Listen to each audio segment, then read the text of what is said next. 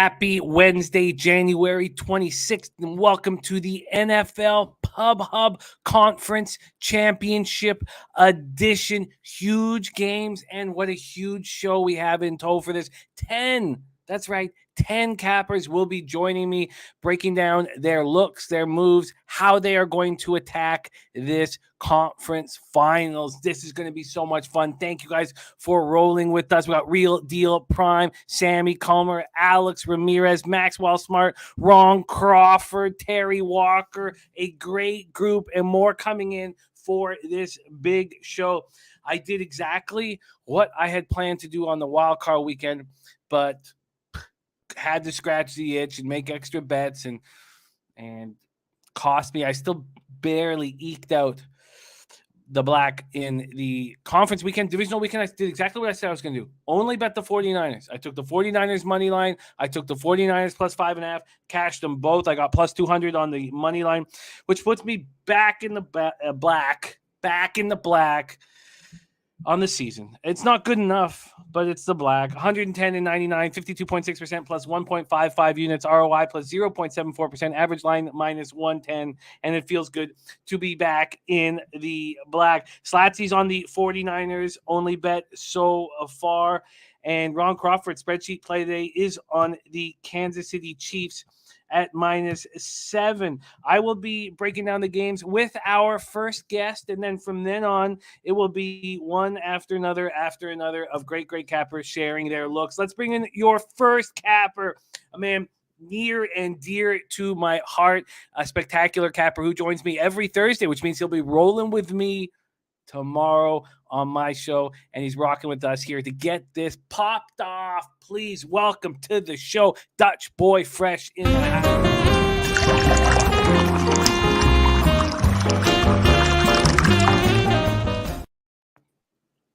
Dutchy, what's good, man? How are you?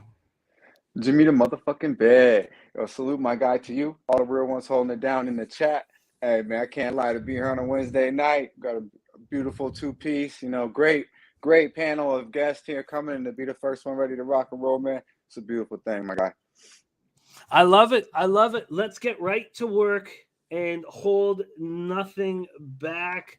We have the cash, where the cash lies, and let me make sure that I have the market movements, at least at Pinnacle. Again, we will be tracking all the action that's given out today, as we've done all year long, and it is time to get to work. We start with the AFC Conference Championship, and we have Cincinnati opening up at +7 at -104. There's been a 1 cent move towards them. That's it at Pinnacle. A 1 cent move towards them. From a totals perspective, it opened up at 53.5. It's now at 54 at Pinnacle. That's juiced to the over. There are 54.5s on the board. We have been waiting for this to move, this spread, because just 35% of the public back in the Bengals, but 83% of the cash. That's with 20,793 tickets in. I've been waiting to see if it would move or at least get more juiced, and it hasn't happened. I say that because I moved today on the Bengals +7 at -110. When it comes to the total, the public is on the over. 70% is on the over, but the big bets are made on the under at this point. 70% of tickets on the over, 35% of the cash. And that was similar to what happened in the Chiefs-Bills game, where the public was on the over, but the big bets were coming in on the under, and we saw all the books at 55 or 54.5, but Pinnacle was at 54, and there was a time when all the books were at 55, Pinnacle 54, saying that the sharp money was on the under. That did not come to fruition, and will it come to fruition here?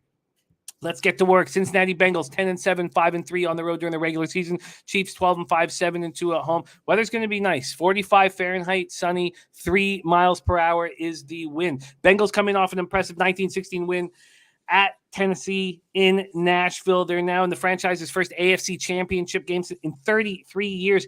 Their weak offensive line got tormented by the Titans front seven. They allowed 9 sacks, 13 hits on Burrow, but they did enough good things in other phases of the game to squeak out the victory. Burrow, 28 for 37, 348 yards, no touchdowns, 1 pick. Jamar Chase got 5 passes for 109 yards. T. Higgins got 7 for 96. Uzoma caught 7 for 71. Joe Mixon ran 14 times for 54 yards, caught 6 passes for 51 51 yards. Rookie Evan McPherson was 4 for 4 in field goals. He converted for his 11th field goal from 50 yards or longer, the most in the season for one player.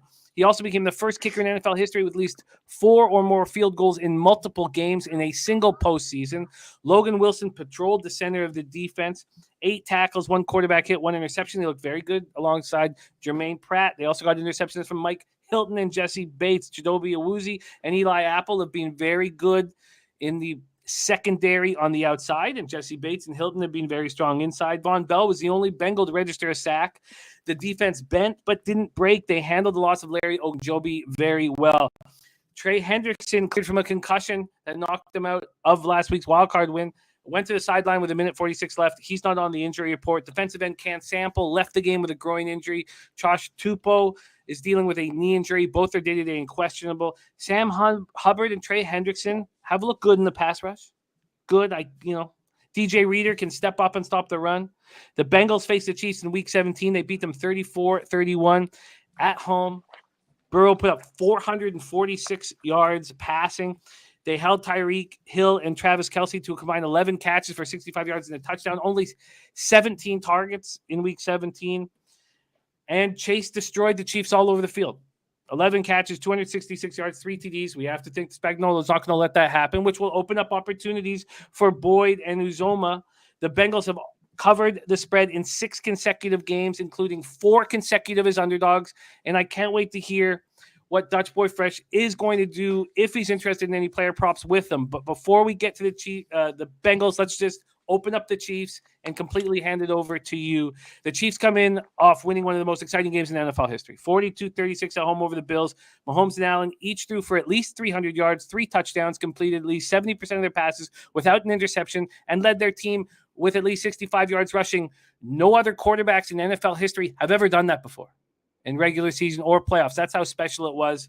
Mahomes went 33 of 44 for 378 yards, 3 touchdowns. Also ran 7 times for 69 yards and a touchdown. Tyreek Hill caught 11 passes for 150 yards. Cincinnati's secondary couldn't find an answer for A.J. Brown in the divisional round game. He 5 of 9 targets, but those misses were a lot of Tannehill's issues, not A.J. Brown's, for 142 yards. Can Tyreek Hill hurt them worse than what A.J. Brown did to the Bengals? Kelce caught 8 passes for 96 yards. Edwards-Helaire ran 7 times for 60 yards, caught a pass for 9 yards. Jerick McKinnon, dangerous. Didn't look good running the ball, 10 carries for 24 yards, but caught 5 passes for 54 yards and lost a fumble. The Chiefs did not get enough pressure on Allen. 2 sacks and 2 quarterback hits. We all saw what happened to Chris Jones when he was shifted to defensive end. When Melvin Ingram, the trade happened for Melvin Ingram and Chris Jones got to play where he wants to play, he became dominant again. And Cincinnati's offensive line allowed Jeffrey Simmons to record 3 sacks. What's Chris Jones going to do to them? Tyrann Mathieu, the Honey Badger, left on the opening drive, with a concussion. He's doing well and has a chance to play. He's still in protocol. Javarius Ward was hurt trying to tackle Allen late in the game. He's on the injured list right now, questionable, but he's expected to play. And then it comes down to what we expect from this offense. And I mean Cincinnati. And then that's really what I can't wait to hear Dutch talk about, because I know he attacks the player prop market. Cincinnati's offense averaged 37.3 points per game over their last 7 games. The 31 points they put up against Cincy were the second lowest total over that span. Cincinnati scored more than 31 points in only 6 of their 19 games this season. So first off, Dutchie, can the Bengals score touchdown for touchdown with the Chiefs? Absolutely, I believe they can, Jim. I did lock in, the Bengals at plus 7.5 at minus 120 at BetMGM last night. I do like this. Yeah, I did lock that in, and I'm also on the first half as well, plus 4. I think this could be not only do I think that the Bengals have an elite quarterback in Joe Burrow. I believe they have an elite offense, an above average running back, above average tight end, and 2 stud receivers with a really good slot in Boyd. They're going to have their hands full. Realistically, I do like me some Josh Allen over Burrow, but pick or choose. But I believe they have more weapons on offense than the Buffalo Bills do.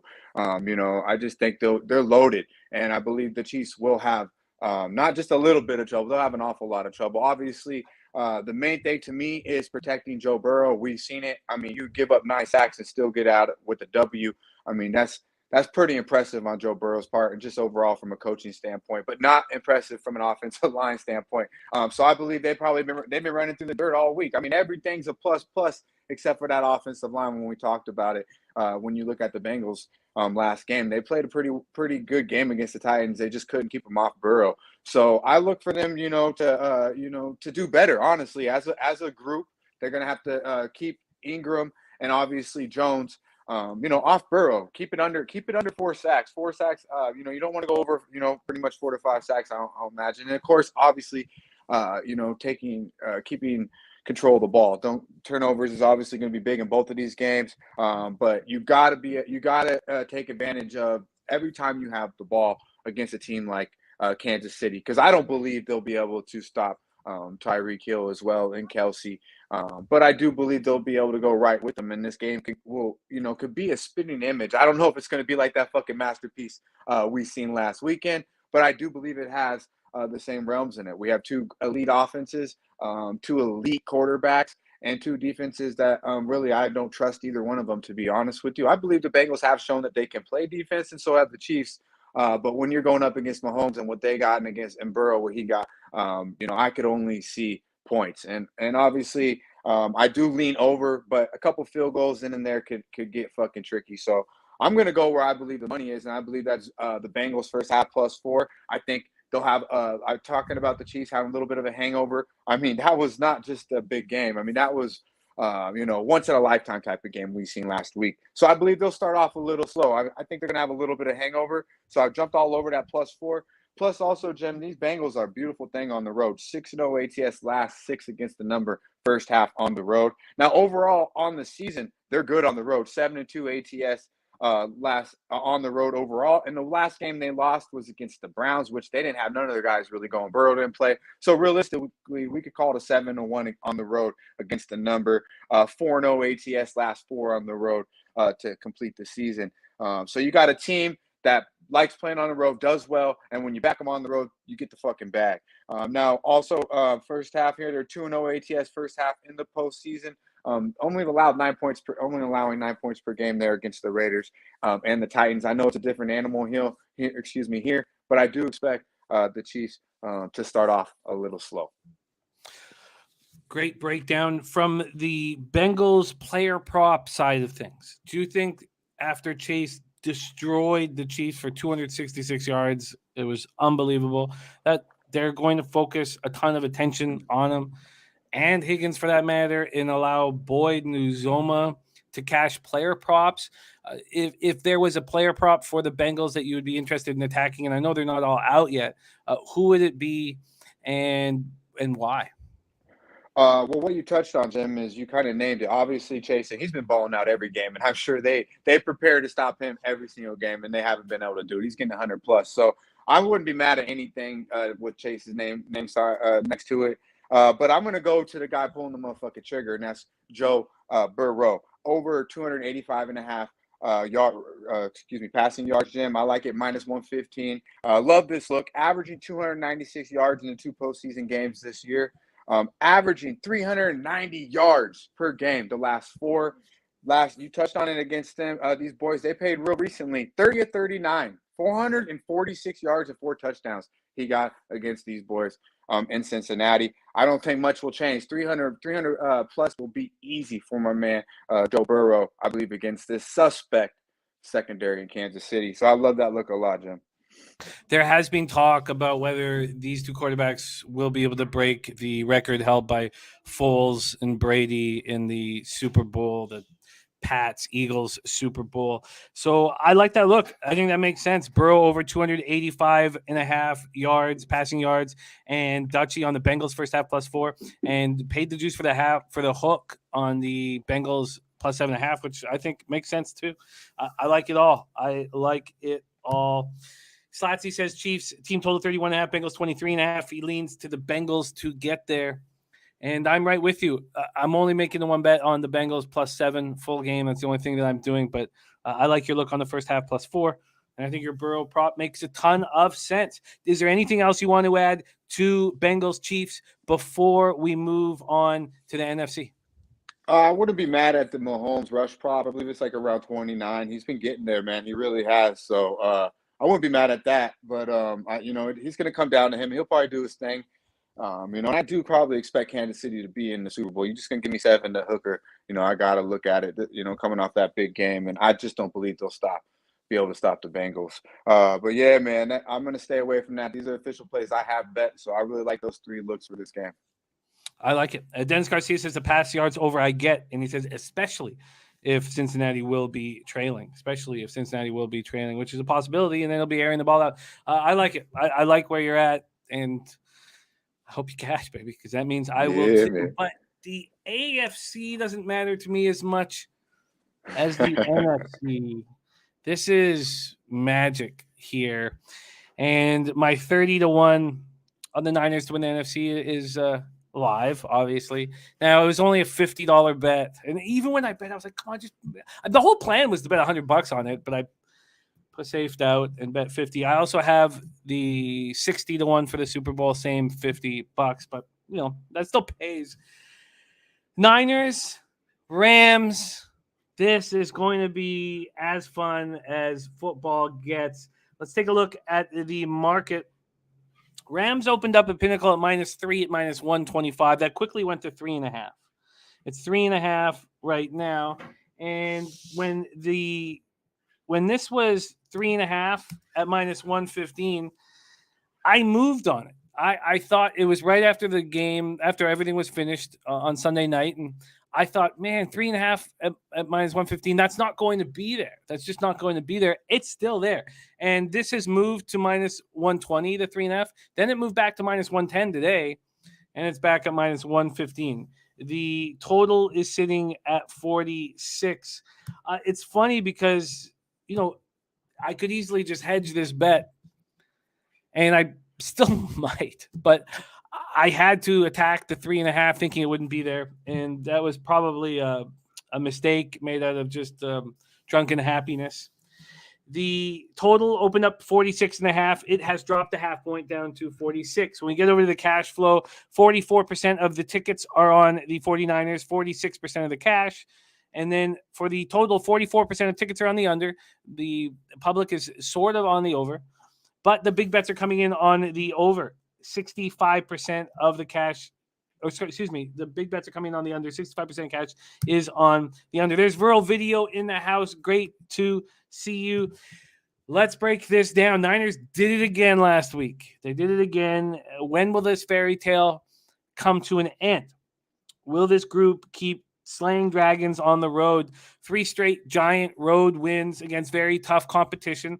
And now they return to the scene of the Week 18 crime at SoFi to get them in the situation in the first place. They've beaten the Rams 6 straight times. It's very difficult to beat another team 3 times in the season. I get it. In Week 18, the 49ers dominated that game. Now they were down 17-0 and 17-3 at the half. Yes. But they out-yarded the Rams 449-265 without Trent Williams. The Rams just were magic in very key spots. They went 10 for 17 on third down. The last loss the 49ers suffered against the Titans, the Titans did the same thing. They just rolled on third down against the Niners. And then the Rams went 3 for 4 in the red zone. In Week 10, San Francisco dominated this team 31-10, almost doubled the time of possession, picked Stafford off on the first 2 drives, completely shut down their run game. Can they do it again? They come in off going into Lambeau and beating the Packers. Frigid conditions. Garoppolo went for 11 for 19 for 131 yards, no touchdowns, and, of course, gave up a patented interception. This Niners team is 7-0 when he doesn't throw an interception, but he finds a way to win. 4-1 in his playoff career, 37-15 overall as a starter, and the 49ers are 8-2 on the road this year. Stafford is 1 for 5 in his career against the Niners. Kittle caught 4 passes for 63 yards. Debo caught 3 for 44, ran 10 times for 39 yards. Elijah Mitchell, what a great draft pick. That was ran 17 times for 53 yards, caught 3 passes for 18 yards. The defense was excellent. They have the 4th ranked defensive DVOA over the final 8 weeks. They lead the league in run D over that span. Eric Armstead, Nick Bosa each had 2 sacks. Robbie Goulds made all 20 of his career playoff field goal attempts. The Niners special teams is on. They return a block punt for a touchdown. They block a field goal at the end of the first half to provide Shanahan with the easiest opportunity for a stirring halftime speech. I mean, you watch Jimmy Ward blow coverage, then block the field goal. You're only down 7 points when you're being completely dominated. How easy it is to rev up the fucking boys and get out there and get this fucking W. Trent Williams suffered a right ankle sprain midway through the 13-10 win. He didn't leave the game, but he was on crutches going towards the X-ray room at Lambeau. No fractures. Tests showed there's some older issues that Trent Williams is dealing with. Obviously, he's been in the league a long time, and it doesn't look like it's too bad of an injury. And this is similar to Jordan Willis. The initial diagnosis with Jordan Willis was the high ankle sprain, but when everything kind of settled down, the ankle sprain wasn't that severe. And who blocked the punt? It was Jordan Willis. Williams did not play against the Rams in Week 18. As I said, Colton McKivitz replaced him in that Week 18 game. And Ambry Thomas is expected to be back in action for this game. Rams coming off a wild 30-27 victory at Tampa. They were in complete control until mistake after mistake and fumble after fumble. They led 27-3 at one point in the third quarter. They defeated the Bucs despite losing 4 fumbles. Stafford 28 for 38, 366 yards, 2 touchdowns, no picks. Cooper Kupp caught 9 passes for 183 yards, 1 touchdown, but had a costly fumble himself. The 49ers are limited at cornerback, and Kupp could have a huge day. Odell Beckham caught 6 passes for 69 yards. Higbee 4 for 51 yards. Cam Akers ran 24 times for 48 yards, caught 3 passes for 20 yards, and lost 2 costly fumbles. Now, Darrell Henderson is expected to return this week, so he could spell Akers or allow McVay to use a 2-back set. I'm not sure. He struggled as the season went on, and I'm not sure really what he's going to give the Rams, but he will be back. They played without Andrew Whitworth. He was hurt in that wild card victory at Arizona. He practiced this week. He's on track to play. Joe Noteboom suffered a pectoral strain, so he's another important offensive tackle. He's listed as questionable. Taylor Rapp is on track to play. He hasn't played since that concussion in Week 18. Sebastian Joseph Day is expected to return, and the Rams have gone and taken measures to avoid a sea of red in this game. They're limiting tickets, on-site sales to the greater Los Angeles area. It's unclear how many Niners fans are going to be here, how big of a home advantage the Rams are going to have. Take it away here. This is the game that means the world to me. I can't wait to hear your looks on it. Dutch Boy Fresh. Here we go. Rams Niners. Yeah, man. I can't lie, Jimmy. I love seeing the energy you got when you talk about the Niners, man. It's a beautiful thing, bro. And I'm glad your team's here. And they have surprised me both weeks, to be quite honest with you, And I will say, I did pick the Rams to go to the Super Bowl, and I've been on them back-to-back weeks, and I like what I've seen. Didn't like what I've seen a little bit in that second half there against Tampa. But I believe the Rams are coming together, my man. But these Niners, they have continued to impress, and it's hard to get in and go against them. But I do believe Jimmy G, he ain't no G in my book, bro, and it's gonna happen. And I think this might be a little too much for them to overcome with him behind there. But what I am gonna do is I'm actually gonna stay away from the full game, Jim. So there's a way we can still both cash here, my guy. I'm gonna be looking at that first half. I'm gonna take advantage of what I've seen. The Rams coming out, I think they'll come out hungry like they've shown us so far in the first 2 games, and like they did actually in the first that Week 18, I believe you touched on against the Niners. Now the Rams are 2-0 ATS first half, averaging in the playoffs, averaging 20.5 points per half. They've only allowed, Jim, 3 points total in the first half between both games, between the Cards and the Buccaneers. So not only is the offense clicking, that defense has been clicking early for the Rams. Now the Niners are 1-3 ATS last 4 first halves. They've averaged 5.5 points in the first half in that span. That includes 3 points they put up January 9th. That game we just talked about. That, and they were down 14 at that point. 17-3 to the Rams. They did come back and win that game, like you mentioned, which is somehow, some way that defense and Shanahan, you can't count them out. So I do tend to stay away from the full game. I like the -2.5. I locked it in at -120 at BetMGM. I did pay the extra juice for the 2.5. I do think this comes down to simply the quarterbacks, like I mentioned. I do think, I think the weapons are going to be too much. I think Stafford will do enough.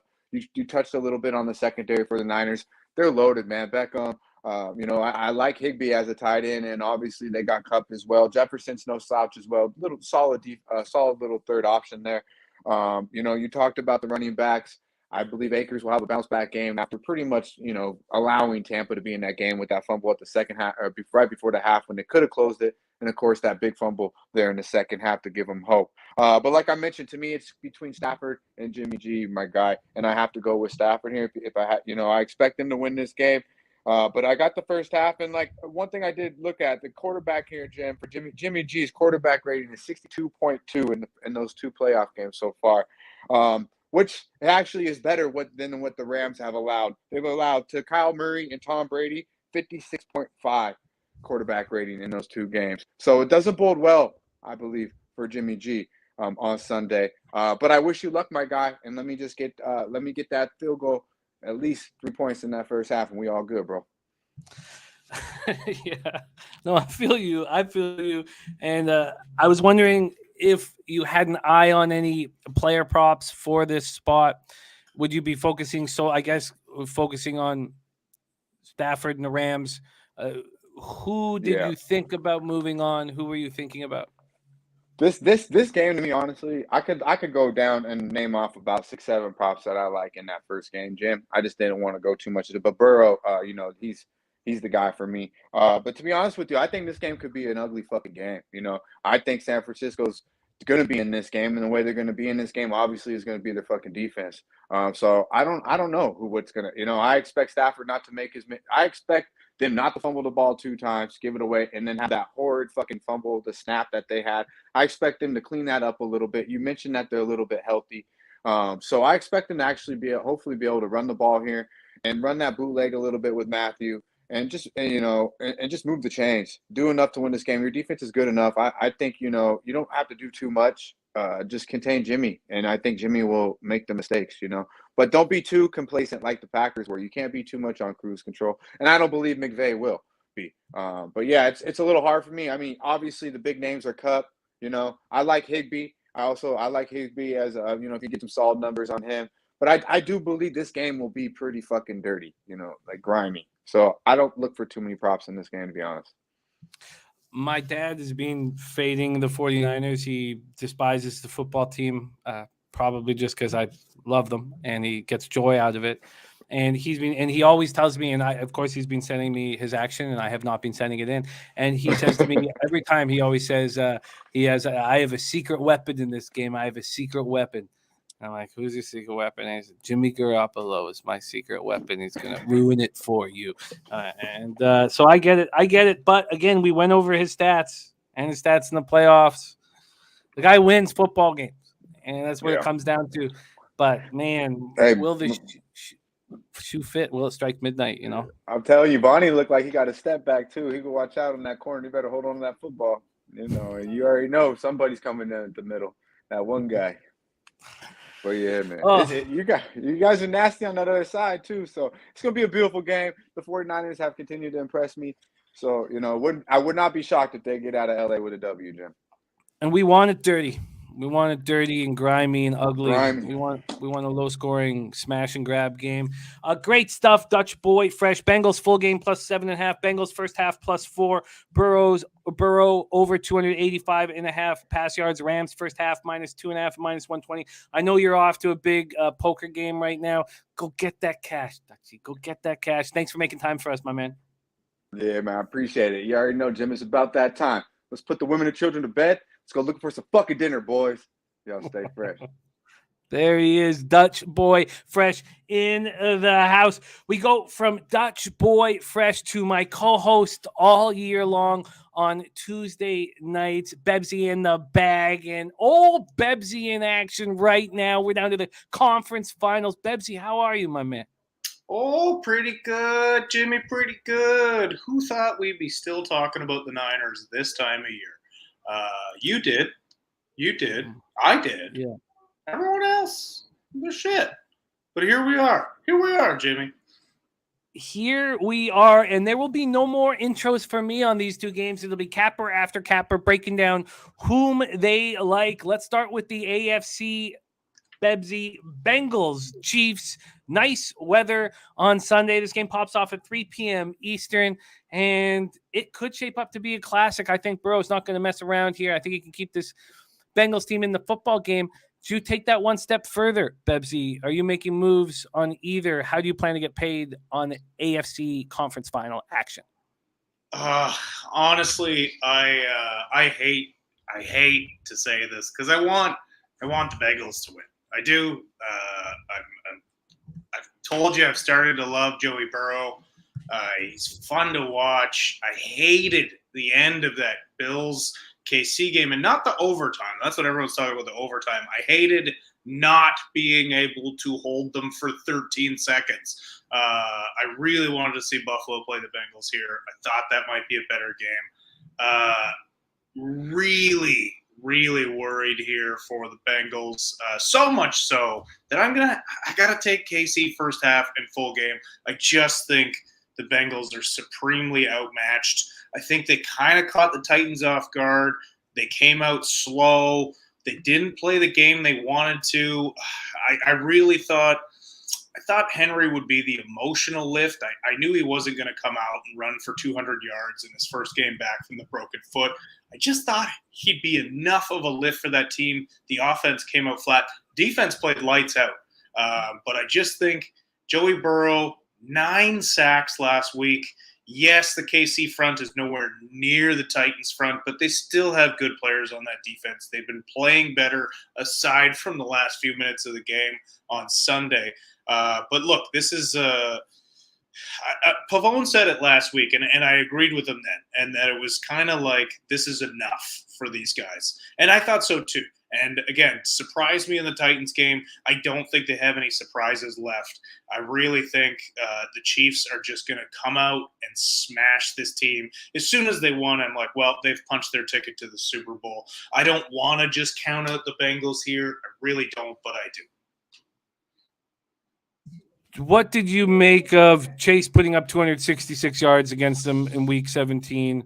What did you make of that 34-31 comeback? Did that play at all in your analysis of this game, or do you feel that the Chiefs are just a different team right now in the playoffs, a different team at Arrowhead, and they're going to run right through them? Yes to both of those. I do think they're a different team because the Chiefs are in the playoffs, and they've been in this game for 4 years in a row. They have the coaching edge.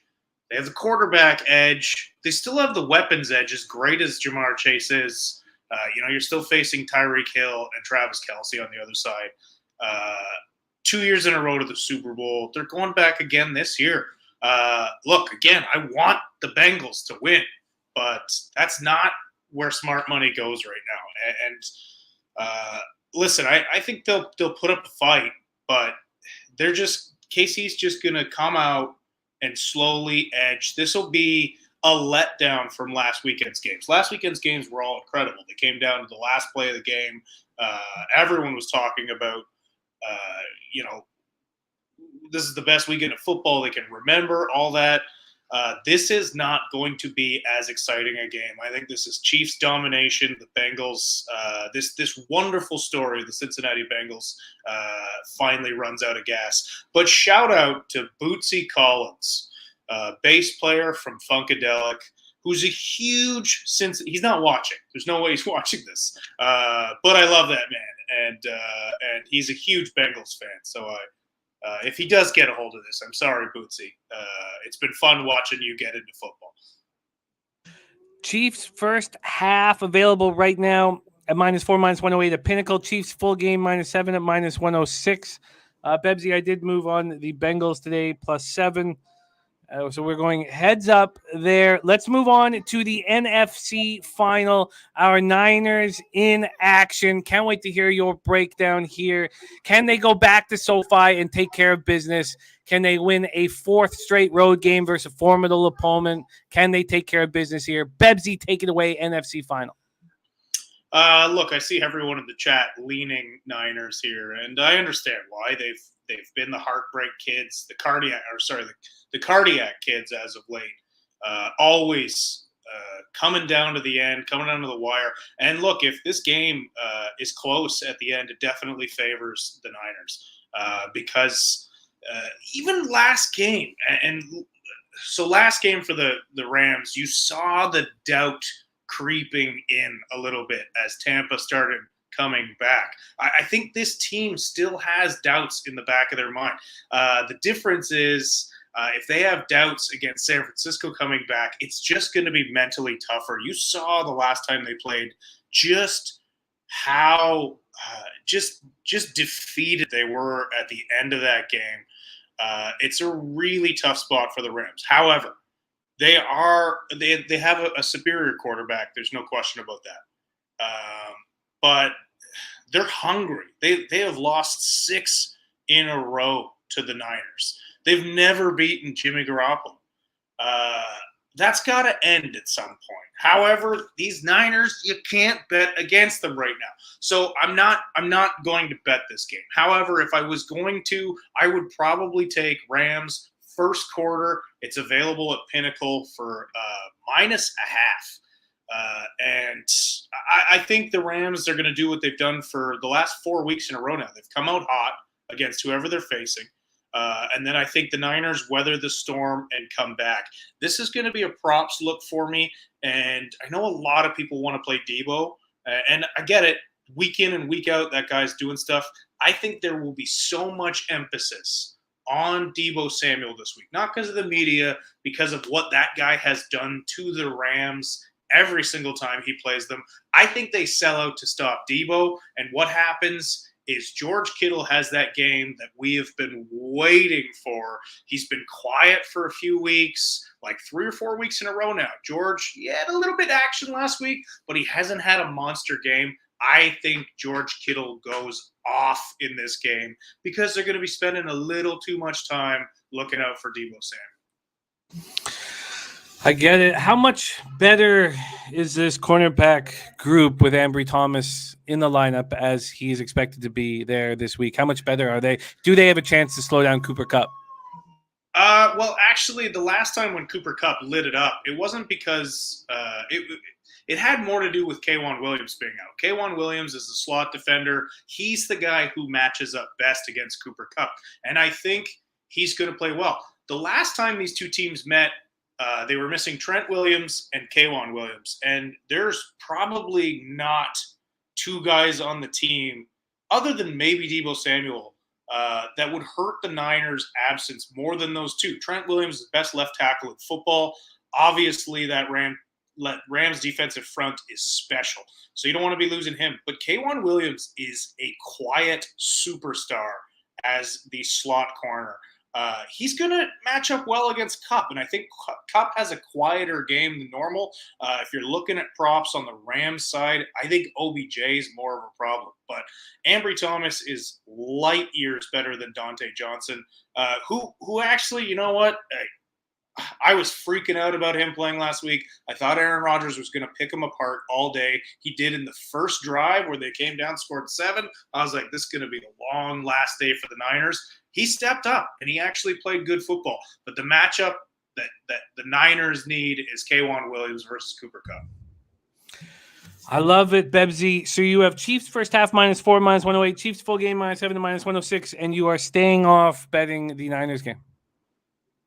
I have to. There's too many emotions here, but my brain says if you're going to make a play in this game, I think that first quarter play, if you can still, there's half a point, and I think I saw 1 point out there at maybe Bodog or something, but it is it's a play that I think is reasonable. The way the Rams have come out hot in their last 3 or 4 games.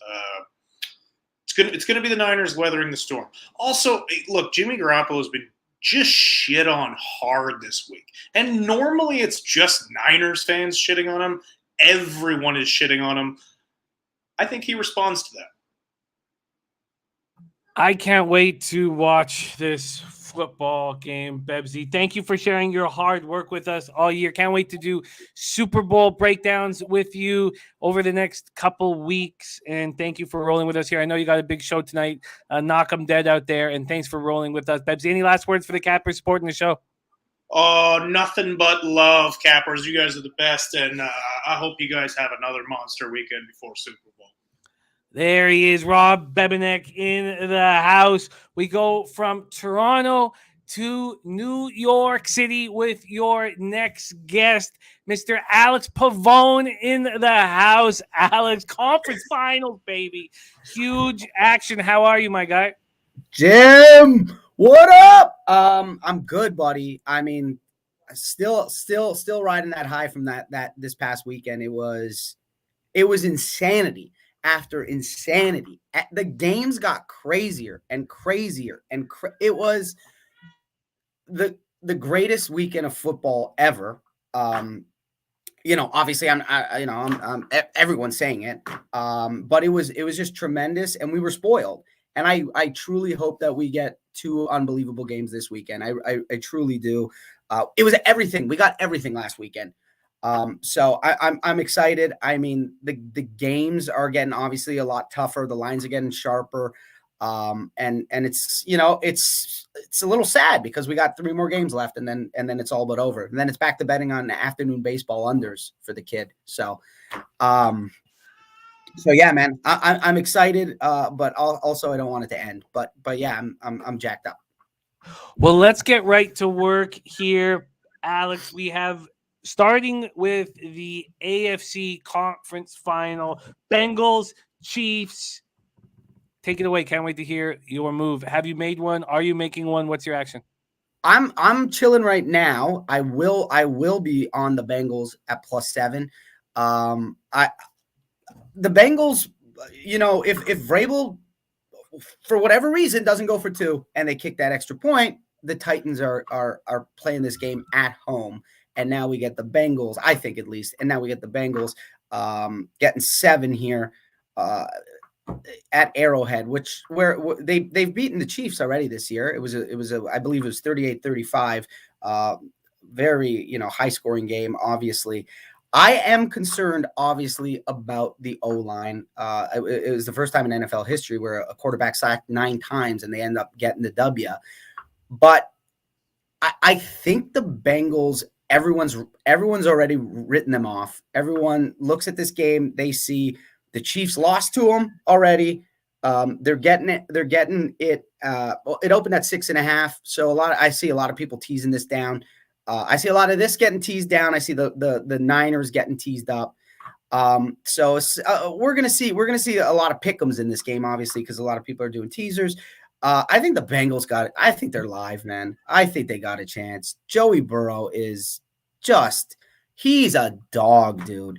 Going into that game, the Bengals didn't turn over the ball in 5 games, and they shouldn't have. It was a tip, right, and a pick that barely scraped off the ground to make. He takes care of the football. He has got the most electric receiver since, dare I say, Randy Moss. I mean, as a rookie, I mean, maybe Calvin Johnson. Okay, Calvin Johnson. I apologize, but this kid is a baller. He obviously does not take off like Josh Allen does, but he's just so smart, so crafty. If they get Mixon going, they're very difficult to stop. The Chiefs do not have the defense, the same defense as the Titans. I doubt they get to Burrow 9 times. Like, how do you get to Burrow 9 times and still lose the football game? It's crazy. There's a reason that only happened once. I think they got a shot here. I truly believe they got a shot. I think people feel it's going to be a blowout. For the most part, I feel people think it's going to be a blowout. I don't think so. They played them tough before. I know people are going to say, yo, it's the regular season. This is a revenge game. I think the Bengals got swag coming into this one, man. I think you beat a team, and that was a big game. That wasn't just like end of the season, that's it, whatever, seeds are already aligned. That was a big game, and they got the W. It wasn't like the Chiefs were sending out third stringers. That was a big game. I think the Bengals got life, man. They've come this far. They ain't thrown in the towel just yet. 7, man. I'll wait too. I don't think it'll get to 7.5 because I feel if it does, the Sharpies are gonna smoke it. But I will wait because I don't think it's gonna get to 6.5. And if it does, then maybe I'm gonna chill. But at 7, I'm in. But my money, I'm waiting until 7.5 for sure. If it does, boom. And I like the under. I know I'm gonna wait for that. I'm gonna wait for that too. That will keep climbing. The public is all over the over in this spot. Dutchy paid for the 7.5 at BetMGM at -120. He paid for it, and I get that. I get it at 122. It makes sense at that number, right? At 7.5, that's a huge number to pay the 10 cents. I would do that for sure. Well, it's -123 here at Pinnacle. If you are interested in making that your official pick, as I've been tracking you all year, is that something you're interested in doing? I'm gonna put it in at. I'll put it in. Yeah. Well, hey, I'm not gambling on this. This is not my money right now. Yeah, throw that in. -123, 7.5 for sure. I'll do that. Plus 7.5 at -123 locked in. And I understand trying to get under this. I understand. Although you want it to go up. And we've seen this exact same situation happen with Chiefs Bills. There was big bets, sharp looks on the under, and it skyrocketed over. We have Pavone on the board, Bengals plus 7.5. And if you want to tweet out and make the under official, you can for us at any time. Let's move on to the NFC next up on the docket. Man, this is going to be a fun football game. And just like we were talking about with Dutch, I want it to be as dirty and grimy as possible. That gives us the best chance because the Rams have elite playmakers. The 49ers have winners. So we'll see how it bangs out. Can't wait to hear your breakdown. Take it away. Niners, Rams, Alex. Big NFC conference final. I honestly thought this was the worst game of the weekend. Was the Rams. The Rams and the Bucs was the worst game of the weekend. It got exciting within the last quarter because the Rams made some bonehead decisions, but they dominated the game. The game, in my opinion, should have been like 30-6. Like they were dominating the game. They fumbled the ball a bunch. I turn around and I'm like, well, the Bucs got the ball back. This is insane. The Rams were very, very impressive, and they almost let that get away from them. San Fran and Jim, I thought Jimmy G played better than what his stats showed because there were a lot of drop passes. There really were. Like he made some good throws, and there was, I know Kittle, he made up for it with a phenomenal catch, but he dropped a couple passes. There were moments where it was not on Jimmy G, and I did mention this last week. Jimmy G and the Niners have a I believe, verbal agreement. They know that this is it. I think we are going to ride this guy, and he, unless they win the Super Bowl, like Trey's their guy moving forward. He knows the pressure's off because he's if they don't win, he's not going to have a job regardless. I don't believe. So Jimmy's going out with he's playing with house money at this point. He's truly playing with house money. Add to the fact that this defense is now healthy. They throughout the last maybe 6 weeks of the season, they got Debo going in all these different scenarios. Kittle's back making, Kittle plays. This team is dangerous. Then they beat the Rams twice. I know everybody's like, how hard is it to beat a team three times in that year? We saw it last year with the Bucs and the Saints. Saints beat them twice. Bucs win, in the NFC Championship game or the NFC divisional game. I forget what it was, but they won. Had it not been for Drew Brees' 3 turnovers. So I think the Niners here are the play, especially at 3.5. If you get the hook, you got to take the Niners, just the way they're playing. I like the under in this game. I seen it go. I know it's 46, but I already seen it drop to 45.5 on Bet Online. So maybe it's best to play the under now. It could go back up to 46.5. I don't know, Jimmy. I don't know what you feel, how you feel about that one. But I definitely like this game to be like you said, a grimy battle. The Rams looked dope last week. Amazing. Cooper Kupp, Odell Beckham out the gates was like, they set the tone with Odell. He came, he made some big catches, and you're like, oh my God, Odell, man, he really is cooking right now. Because this year I thought this guy was, I thought he was done. I thought it was over. Now look at him. He's contributing to perhaps a Super Bowl team. Am I going to take the Niners straight up? No, I'm not. But the fact that I got the hook and that they're playing this good and their defense is healthy, give me the Niners. I'm sorry, I don't know if I said Bucks. Give me the Niners plus 3.5. I just it would be silly to bet against them right now, especially getting the points. It's just silly. I love it. I love it. I'm cool. Plus 3.5 is just minus 108 at Pinnacle. I bet it. It was. I was just. I don't know why. You're on the Niners. I've got them 30-1 just for $50, but 30-1 to win the NFC, and I still took them with a regular $200 unit bet at 3.5. And my whole idea was, how am I going to hedge this? How am I going to hedge this? And I was just like, why would you hedge a 50? Like, let it go, baby. Let it roll. The reason why I was going to hedge it was because I am down slightly on my futures because of my Browns futures. Okay. So my futures are when I send my futures in at the end of the year, I'm going to be down. So I was thinking of just hedging enough just to cover everything, and then of course I put 200 on the Niners. Don't the Niners just feel like they're clicking though? Like there was a difference between the Niners going into Green Bay and doing what they did to Aaron Rodgers in that offense, and the way the Rams beat the Bucks. Like the Bucks, you could see were not as healthy. Obviously, they weren't as healthy and as strong. They lacked some playmakers. But we got Green Bay at full strength, playing the best football. They were, and the Niners came in there, and that D smacked them in the mouth. And they had chances to put it in the end zone before that. And Jimmy G made some mistakes.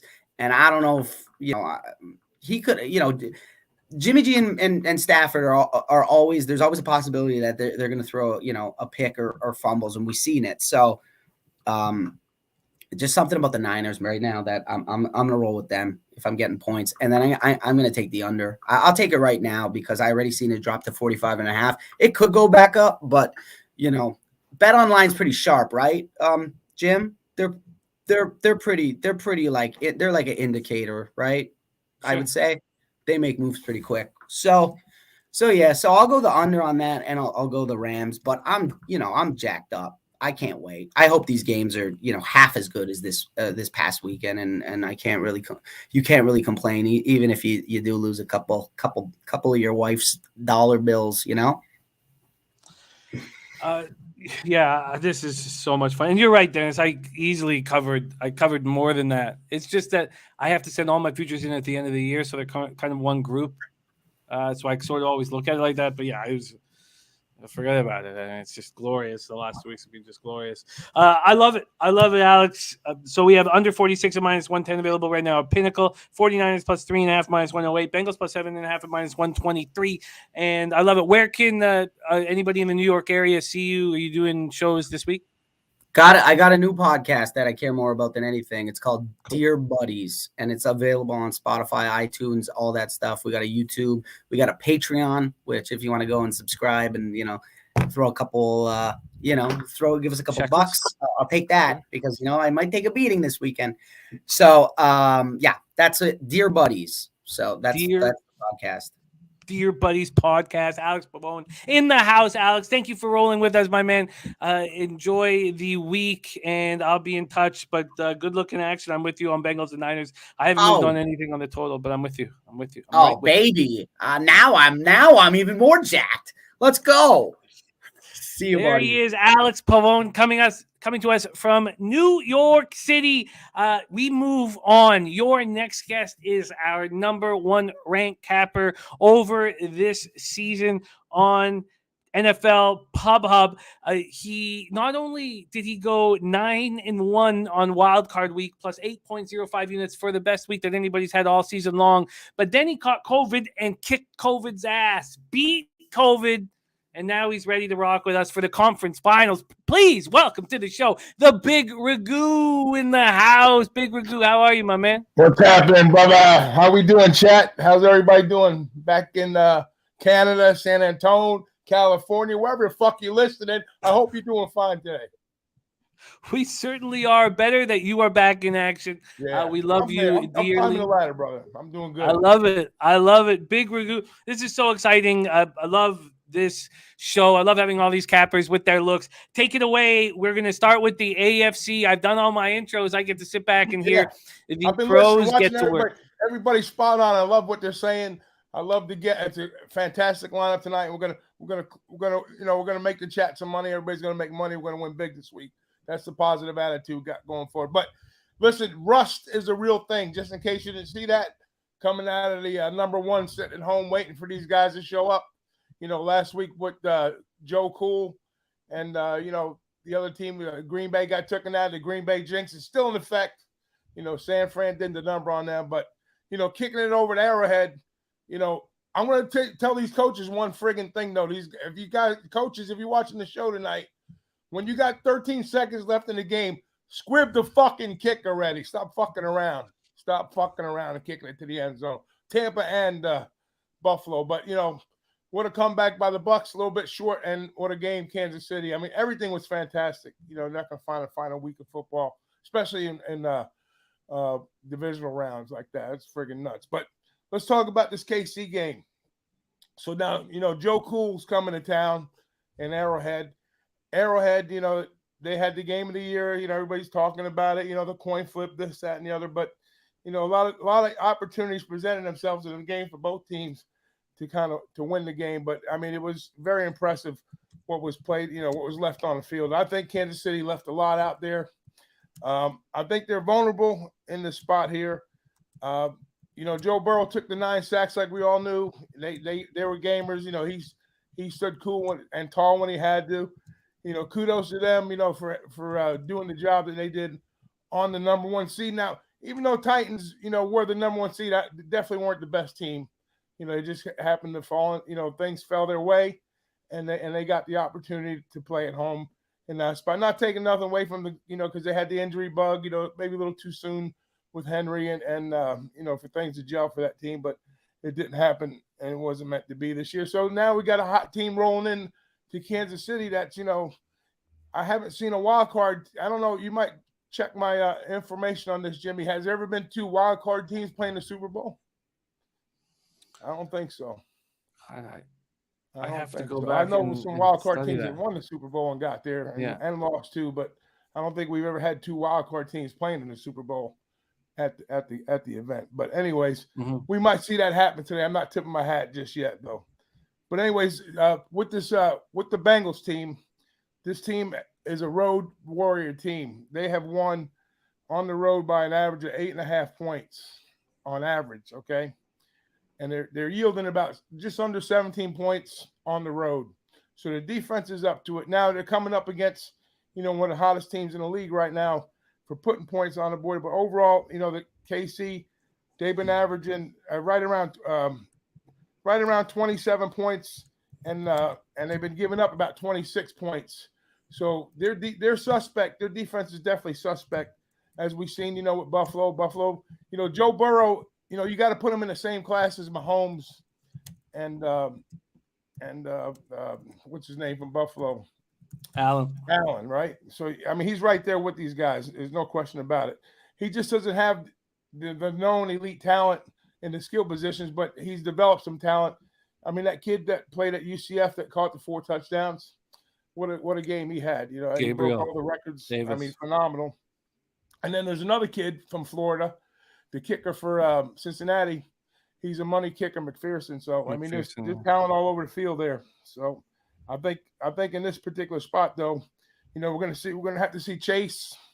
I want to see a lot of Mixon getting involved, coming out of the flat there. I think that's going to be big for him. We got Boyd in the slot. I mean, they got weapons all over the field. I think the defense might hold up a little bit early on, with the Kansas City. I think I think Pavi was saying, or was it Bevsy saying that Kansas City might have a little bit of a hangover, slow spot here. I think they're right on with that play right there. I think that we'll see a slower start. And it seems like most of these games get busy in the second half. And I'm not going to try to play a prop on the second half better score than the first half, but I do like the Bengals here. getting the points. The way I broke the game down is I capped it at 5-49. So I like the under here. I like the under, and I like the side taking the 7.5. I think the Bengals are up to the task. I think it's going to be a high-scoring game late, but as long as they can keep Burrow upright, which I think they will. I don't think they'll get to him as much as they did. I think they'll go a lot of empty set back, empty sets, and I think we'll see, not a lot of decoys, but I think we'll see some opportunities for them to kind of play a little bit underneath and stretch the field with some big plays. And I think Kansas City's going to get their points. I think the score is probably going to be like 28-24 or maybe 31-27, something like that. But I still think it stays under the 50 to 55, 54. I think it hits like low 50s, high 40s. So I'm on the under, and I'm on Cincinnati plus the 7.5. And that Cincinnati plus the 7.5 right now costs minus 123 at Pinnacle. Yeah, that's all right. I'll take the hook. And then I can get you the 54.5. The under 54.5 is available at Bet365. Under 54.5 at minus 110. It has moved down to 54 at a few books. I like it. I like it a lot. I mean, roll hot. Don't forget now. This might be a revenge tour for Kansas City because Buffalo came in there and beat them early on, and they took care of business. And now you got the same situation with the Bengals coming back to face them again. So even though Kansas City might walk away with the win, I'm not saying to bet Cincinnati to win, but I think there's value in the number, on both sides. I think there's value in the under, and I think there's value in the point spread. I like it. I'm on Cincinnati plus the 7. I understand why you opted for the hook, and I think the under 54.5 makes sense. I do think it's going to get bet up by the public late, but it's tricky to wait for that because we see sharps on the under right now. I like it all. Big Ragu. We go from the AFC to the NFC. SoFi Stadium, the site of the Super Bowl. Who will be representing the NFC in that game, and how are you making money off of it? Yeah, it's interesting. This is like the first time the Rams have hosted an NFC championship game since I think 78. It's been a long time coming for these clowns anyway. But we see a lot of the same players here. We see Kansas City, we see the Rams, we see Frisco. These are all teams the past 3 years that they've been right there, either in the Super Bowl, not had the success or won the game. The Chiefs have won, but the Rams and the Niners haven't. So I think they earn their rights. Like I said earlier during the year or later towards the year, I thought the toughest division was the NFC West, and it shows now, in the championship game. So kudos to both of these teams. But the Rams, they come out of Tampa with a big win there. They have a knack for kind of getting ahead early and then kind of falling asleep at the wheel, so to speak. And if they're going to have success against this Niner team that's rolling right now, they're going to have to stay on their game, and they have to stay on their game early and late. They can't give them no breathing room. But the way the Niners went in there and handled business against a Green Bay Packer team that's won 13 games for the past 3 years, and they were saying tough place to play, Lambeau Field. We go back together 3-0 against the Packers at Lambeau. But everything changes in the playoffs, and it's a different atmosphere, it's a different grind, and it's all about being healthy. And you could ask the Bucs that. And a big portion, a big matchup last week was when Whitworth went down. He was going up against Pierre-Paul, his replacement, Noteboom, and he held up pretty well in that particular spot. But now, we're going to have Bosa back. Bosa's going to be back for the Niners, and you better believe that Whitworth's going to be back in there to try to go up against him because he won't have, even though Pierre-Paul's a nice player, I think Bosa's probably the best DE in the league right now. That's my personal opinion. I think he brings more disruption, more opportunities for pass rush. Now, the thing with the Niners, they've had good success against Stafford on the defensive front. As long as they don't blitz, they can bring the pass pressure. But if they blitz, I've got some numbers here that I had to do a double take on. I think his quarterback rating was like 158 when they blitz, but when they don't blitz and they just put pressure on, they've had like 4 INTs, and I think his passer rating is like down to like a 60, high 60s number. So I think we got 2 young coaches that know each other well. You know, two sharpest minds in the game, and I think Shanahan will make the adjustments here. It's just whether that if McVay sticks to his game plan, which I think they're going to try to run the ball, which they always do first, and then try to open up with some play action pass. You know, the big plays to Cooper. You know, get Higbee involved. You know, Akers going to get some early looks, I think, probably passing and catching. So there's a couple plays I do like here prop wise, and they're both on the LA Rams side, but one's a positive and one's a negative. So I like Cam Akers for some rushing yards. I think last I looked was like 57.5 or 57, something like that. What do you have on that? I will pull that up right now. You have no concern that Darrell Henderson's going to come back and take some snaps away from Akers, especially after the 2 fumbles? Yeah, I'm just going with a gut check here. I might play for that one. Bounce back spot for Akers. Bounce back, yeah. I mean, I think they'll probably use him more in like third down type plays, but I think he might pop one play off, you know, 1 or 2 plays. But I think just because of the focus that they're going to try to in the first half, I think they're going to try to pound the ball a little bit more. 57.5 is what we have here, minus 114. I'm going to see if I can beat that right here. And can I? No. Bet365's moved up to 60.5. 60.5? Yeah, but 57.5 available at FanDuel. Yeah, what's the 60.5 juice on that? It's not nice. It's 60.5 at minus 110. FanDuel 57.5 minus 114. I'll take the yardage instead of the lower juice with the higher yardage. Okay. Oh, so you don't want the 57.5 at minus 114? Yeah. I'll take the 57.5. Yeah. Of course. Okay. Cam Akers over 57.5 rush yards at minus 114. I get it. Slatsy says Akers better not fumble early or he's done. But you're believing in the character of Cam Akers for a bounce back spot, and I get it. I get it. Yeah. Who else are you looking at? What else are you looking at in this NFC? I'm looking at Stafford under the passing yardage. All right, let's see. I think they're going to play some scheme defense on the pass, and I don't think he's going to get 300 yards this game. He might get like in the mid 2s, but I don't think he's going to get 300. I don't think the Niners are going to allow it. 277.5. Oh, wait, we're going under. Sorry, my bad. 280.5. I can get you a bet 365. Yeah, that's good. I was going to say I had 283, but 280.5. I'll go that route. Okay, Matt Stafford under 280.5 pass yards. Interesting. Very, very interesting. Okay, that is locked in. Anything else you're looking at for this NFC conference final, Rigu? And absolutely, I'm going to take the I'm not going to mess with the total because I think the total number is really, really sharp. I think the 45.5 is right there.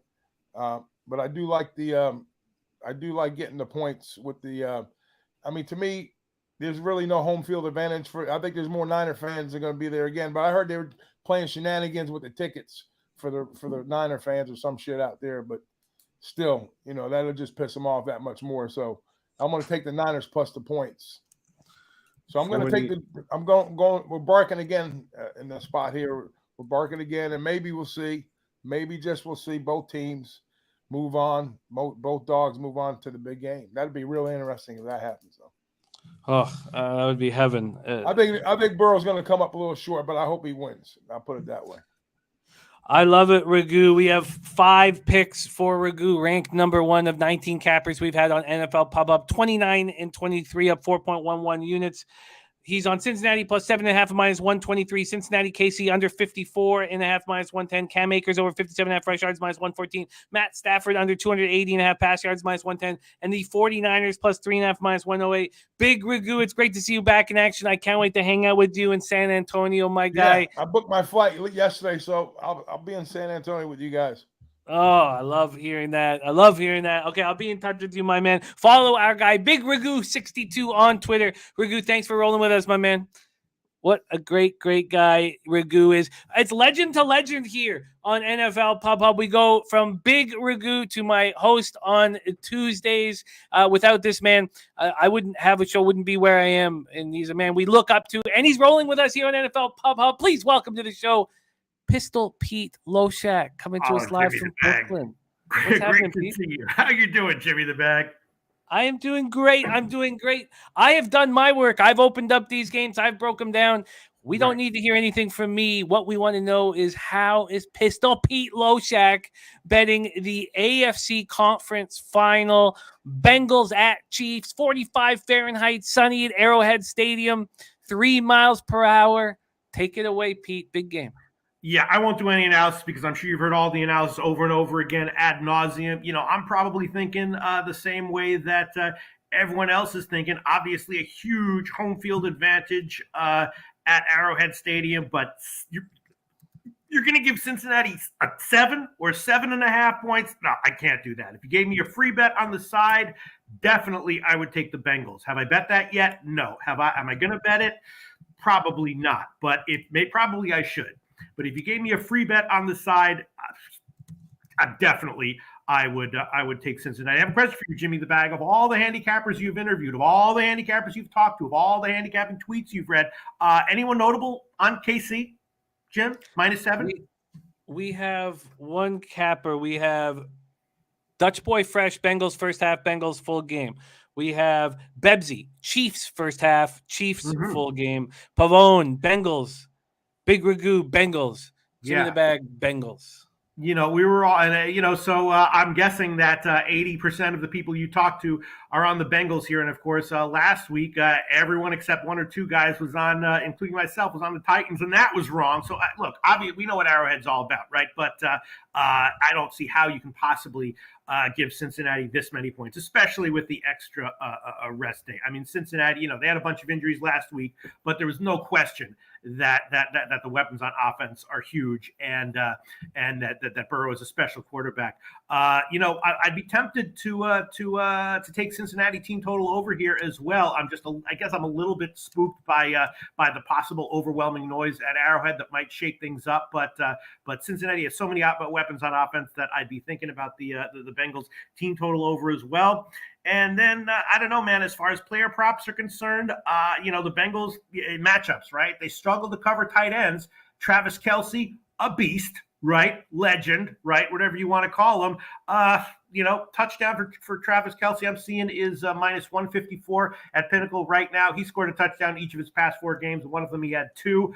The Bengals struggle to cover him. I do think there's going to be a lot. I know a lot of people, I'm sure there's sharp money on the under, and a lot of, extremely admirable people are saying they expect a lower scoring game. But I thought that the Bills game was going to be, I talked about it in the video. I was like, the over seems kind of obvious. You don't want to overthink yourself. And I kind of feel the same way here. So there's going to be some touchdowns for KC. Kelce with a TD, -154. If you gave me one player prop for free, I would take that. It's just other than that, that's what I'm thinking, Jimmy the Bag. Do I have to make an official play here right now? I'm a little bit concerned about taking Chase passing props just because of what the Chiefs did to Stephon Diggs, in the last game. So you don't really know what the game plans are going to be. And in a spot like this, expect the unexpected. So those kinds of things can throw a monkey wrench into player props. But I think that the Bengals struggling to cover tight ends is fundamental. Kelce being a beast is fundamental. So Kelce with the TD, -154 looks okay to me. What do you think about everything I just said, Jimmy the Bag? Well, I think it all makes sense. You're the first person to bring up what the Chiefs did to Stephon Diggs, and it leads us to believe that after Chase goes for 266 yards receiving in Week 17 against the Chiefs, that Spagnuolo is going to do the exact same thing that they did to Stephon Diggs, which will open up others. Will it open up T. Higgins, or will it open up Uzoma or Boyd? So I agree with that look. And yes, Pete, I'm putting you on the spot for official picks here for the show. We want to know what they are. Okay, then I have just one quick question. Have you ever been to Arrowhead, Jimmy the Bag? I have never been to Arrowhead. Okay, no, like never been there. It's so loud. Like, how loud is it? Well, you can't pass in the noise. I mean, it's a little noisy. Sure. Okay. Is it that loud? You know what I mean? All of a sudden, Burrow's not going to be able to find Chase. He's not going to be able to call the plays. It's going to fuck him up that much? Well, Burrow's a winner. He handles pressure. He is. So he's not one of those guys who's going to sit up there and panic. We're not talking about Nathan Peterman here. Yeah. So I think that he thrives on pressure. He's a fucking winner. I used to tell my girlfriend that when we first started dating. I was like, look, Tom Brady's a fucking winner. And you can't say anything negative about him because he's a fucking winner. He wins. And there's something to be said about those guys who stand up under pressure. Now, if he didn't, open mouth kiss his son for 7 steamboats, that would help me talk highly of Tom Brady. And I hope that mouth is healed up, allowing him to kiss his son again. But let's stay focused here. I'll give you a quick Jimmy the Bag. Yeah. Okay. Everyone's talking about how they're expecting this game to start out slow and then maybe the second quarter the scoring pick up. I'm not sure about that. I think maybe Cincinnati will have some plays planned, to avoid the noise and maybe strike early, set the tone for the game. I'll tell you what. I'll give you guys an official. What? Yeah, scripted plays off the top. You're absolutely right. It's a must. The first 20 plays, I bet you will be scripted. That also hasn't been brought up in the game. So maybe if we talked about the Chiefs' slow start, maybe the Chiefs' first half team total over is sort of me just tying the dots together from what you guys have been saying. But take it away. All right. You want to pick Jimmy the Bag? I do. I want to pick. You ready? First quarter over 9.5 minus 123. A touchdown and a field goal. Let's do it. First quarter over 9.5 minus 123, touchdown and a field goal. Let's get that done. First quarter over 9.5 minus 123. I like it. And a pinnacle. Yeah, I like it. I like it. And I also think that you bringing up the team total at 23.5 is appealing as well. But I've already moved on to Bengals +7. Let me ask you this. We have 4 different cappers on the Bengals. I'm the only one that took the 7. The others paid for the 7.5. If you were to move on the Bengals right now, would you pay for the 7.5 or would you take the 7? I would probably just take the 7 and eat a push if it lands on 7. So official action from Pistol Pete Loshak, Cincinnati, Kansas City, first quarter over 9.5. Are you making the Kelsey TD official? I don't know. What do you think? Give me a 10-second feedback and any comments in the comments section, and I'll make my official decision. Jimmy the Bag. Well, you'd have to look back at how Kansas City is been defending tight ends. And the Bengals defending tight ends. Excuse me, the Bengals defending tight ends. And I've been impressed with the Bengals secondary, both outside and inside this year. There were so many free agents coming in that it took them a while to sort of find themselves. Speaking of Eli Apple, I mean, I'd given up on him, and he's stepped up in a surprising way. He still makes a boneheaded, 15-yard penalty at some point, for unsportsmanlike and things like that. But the secondary has been much better both inside and outside than I expected. Yeah. And they've held people down. But then A.J. Brown goes for 142 yards on 5 catches. So, what is Tyreek Hill going to do to him? All right. Thank you very much, Jimmy. I'm going to pass on it. At minus 154, why fuck it up? I'm going to pass on it. Thanks for the feedback, Jimmy the Bag. He's a beast. He probably gets it. At minus 154, probably worth it to stay off right now. We have Cincinnati, KC, first quarter over 9.5 at minus 123. We go from the AFC to the NFC. Pete, we go to SoFi Stadium, where the Super Bowl will be played here shortly. Who is going to play in that Super Bowl, and how would you get paid Sunday at 6:30 p.m. Eastern? Again, I'm not going to do any analysis here because I'm sure everyone has done, said the same things that I would say. I just if this game were pick'em, I don't know if I would take the Niners, but you're giving them 3.5. We know the Niners have won 6 in a row, whatever against the Rams. I think that's somewhat fundamental. The Niners coaching staff just looks better to me, and they have an extra day to plan for this, which probably doesn't mean that much, but it's something. I just kind of trust the matchup here, favoring the Niners. I kind of trust the coaching staff favoring the Niners. I think Stafford's going to have a good game, but he doesn't really, put teams away. I think that the last game should have been, the way it started, it shouldn't have been as close as it was.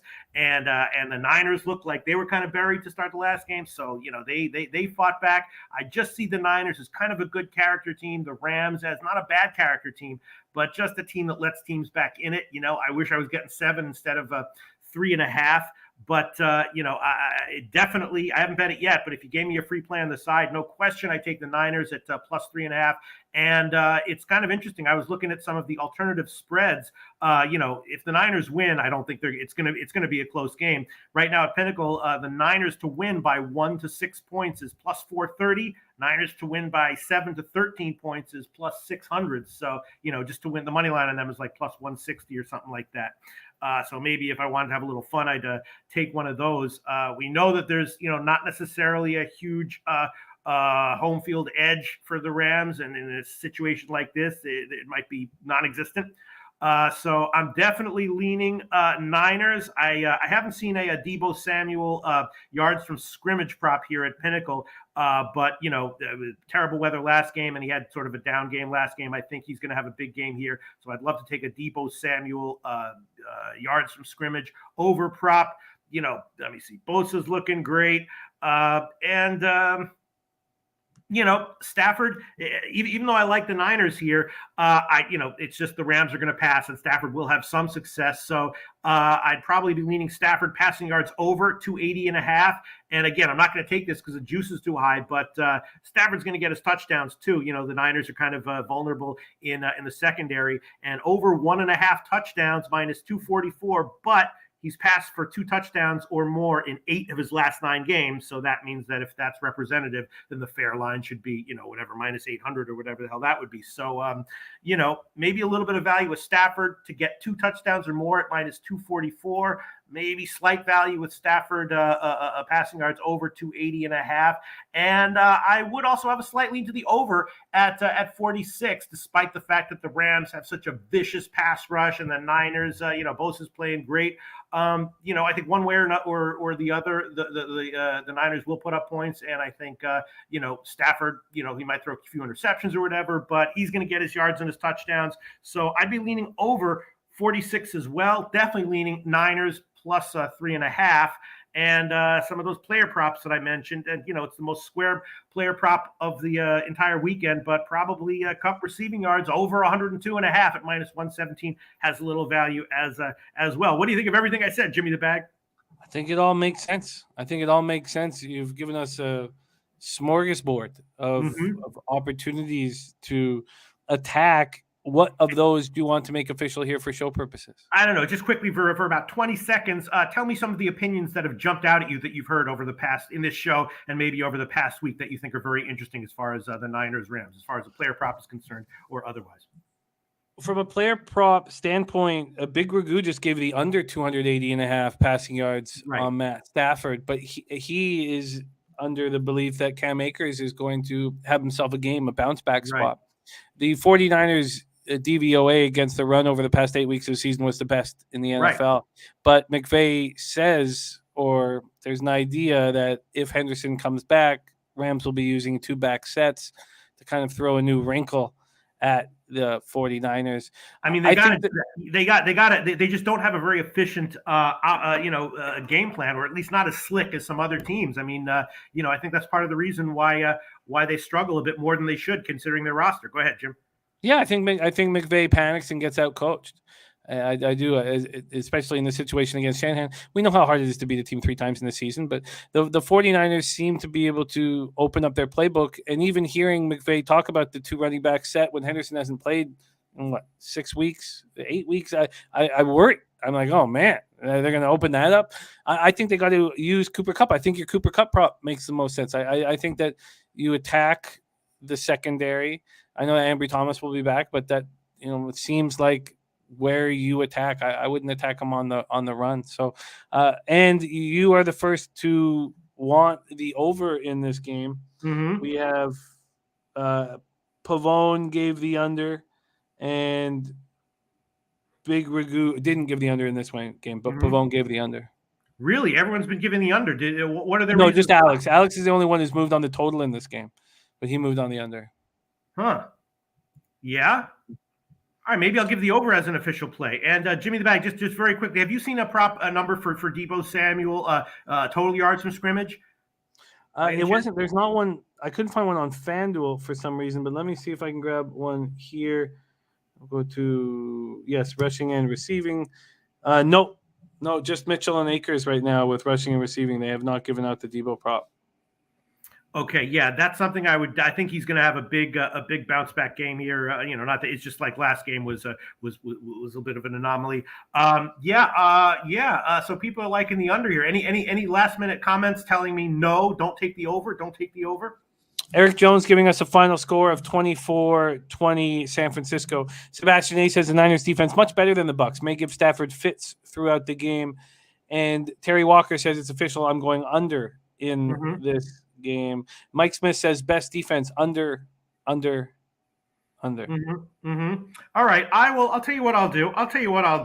I have to give a play for this one. Okay, that's no problem. I do think it's going to be close. I'll buy a little insurance here. I'll give you the Niners +4 -117 current line at Pinnacle. The Niners +4, 49ers +4 at -117 at Pinnacle. There you have it. Sammy, by the way, giving his final score of 31-28. Sammy liking the over. So you are not alone. Yeah, great job. Go ahead. I think that the Niners are going to have some offensive success against the Rams here, despite the ferocious pass rush. I think they'll have a good game plan, and Samuel and Mitchell are going to have big games both. I was also leaning Mitchell rushing yards over as well at 71.5. Thinking about that too. Deebo Samuel to be Super Bowl MVP +1,800 for WT, and the 49ers prop or team total is at 20.5. Which is interesting there. Absolutely great job, Pistol Pete. Thank you so much for gracing the screen and being a part of this show. And I hope you come back for the Super Bowl. We love you. Okay, I would love. Thank you very much. I love you all too. I'll commit to that right now, Jimmy the Bag. How about that? There you go. I gave you official pick on each game and a commitment to do some Super Bowl analysis. How about that? I love it. There he is, Lodo Loshak. Catch him every Tuesday on Pub Sports Radio and follow him on Twitter at P Loshak. We go from Pistol Pete Loshak to a capper on our show who's been in the black all season long. All season long, he has been in the black, and we've been very impressed by his capping, and we've invited him back. Please welcome to the show, Jacksonville Zoe in the house. Zoe, my man, how are you? Doing good, Jimmy. Doing good. Looking forward to hopefully games this weekend as good as last weekend. They were very, very nice last weekend. No doubt about it. When we take a look at your action from last weekend, 2-2, you've had back-to-back 2-2 weeks. Wild card in division, a 3-2 week on week 17. Very close to making money, but staying in the black. And I had Pringle though, +225, Jimmy. TD. Did you have that? Did you give that out official? Yep. Oh shit! Thank you. Oh man, I got to go back. Let me go. Jesus, thank you for mentioning that. Yep. I don't know if I had that. Thank you for mentioning that. I will make a point because I tweeted it out, I think, on Friday or Saturday, Jimmy. Oh, okay. That's probably how I missed. Okay, thank you for mentioning that. Thank you, my man. Okay, let's get right to. So that will give you a nice positive winning day. Okay, beautiful. Great work. Let's get to work here. We start with the AFC, so the AFC, we have Bengals. Chiefs, take it away.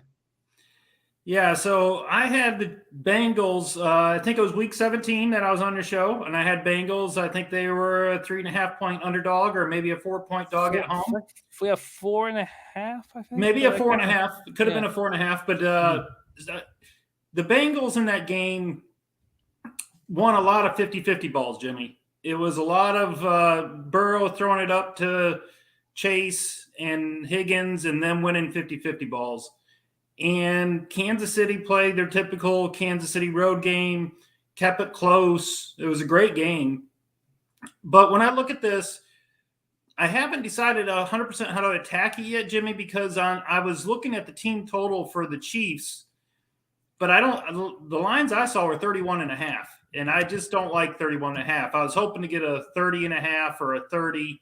It had to be under 31 for me to bet it. I'm going back to the well, though. Pringle is still +200 on his touchdown prop. And I'm going to go back to that well. He scored 3 touchdowns in the last 2 games. And all the teams are still trying to cover double Kelsey and Hill. And I think Mahomes likes Pringle in the red zone. So I'm going to go back to that Pringle touchdown plus 200. Went down 25 cents, but I'm not going to complain about that. And then I'm probably going to end up tweeting this game out on Friday, Jimmy, because I'm leaning Chiefs. I've heard a lot of your guests are all on the Bengals as a dog. Chiefs defense at home is just a much better defense at home, even though Josh Allen made them look terrible. I don't think you can say Joe Burrow is at the level of Josh Allen yet. I did lose the bet with Tennessee last week, but I talked about how bad Cincinnati's O-line was. Tennessee sacked them 9 times. And if it wasn't for Tannehill throwing 3 interceptions, I think Tennessee probably wins that game. And I will promise you one thing, Jimmy. Patrick Mahomes is not throwing 3 interceptions on Sunday. So if I can, I'm going to, like I said, I'll tweet it out. I'm not sure 100% how I'm going to attack it. It will be on a Kansas City angle, though. As of right now, I'm trying to find an angle with KC that I like. Of course, they give us a 7 on this game, which makes it tougher to cap. If it was a 7.5, or I think they knew if they gave a 7.5, it'd be a lot of Bengal money. If they gave a 6.5, it would be a lot of KC money. So I think they're split in the middle. And so I'm not there yet on the game bet, but this is a tough game. I like your look. By the way, I did find you a plus 210 on Pringle at Bet365. That's 40 cents better than what they're hanging at FanDuel at plus 170. So we have Pringle locked in at plus 210. And no, Max, Pete was not wearing the Elton John glasses. I apologize. Pringle TD at plus 210 has Zoe on the board, and I will keep an eye out. So just tag me, and I will keep an eye out for your action. Let's move on to the NFC finals. Zoe, I can't wait to hear you break down this game. Very near and dear to my heart. Take it away, Rams, Niners. Yeah, I DM'd you a little bit because I was on the Packers side, and that I tell you, your special teams last week were just – that's the game. Your special teams were phenomenal with the block punt, block field goal, great kickoff returns.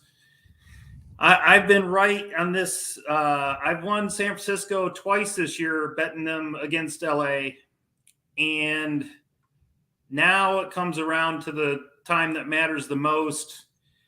I wasn't impressed with Jimmy G and the way he played in that Green Bay game. Basically, the only thing he could complete is Kittle on a slant pattern or Debo on a slant pattern. Everything he threw was in between the numbers, Jimmy.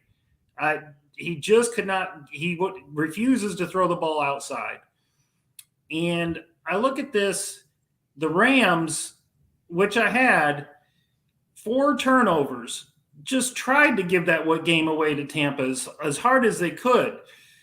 And as long as the turnovers are even, I think this game is probably going to be won by the Rams, Jimmy. I see defenses are very similar. They both have very good defenses, but it's going to come down to me.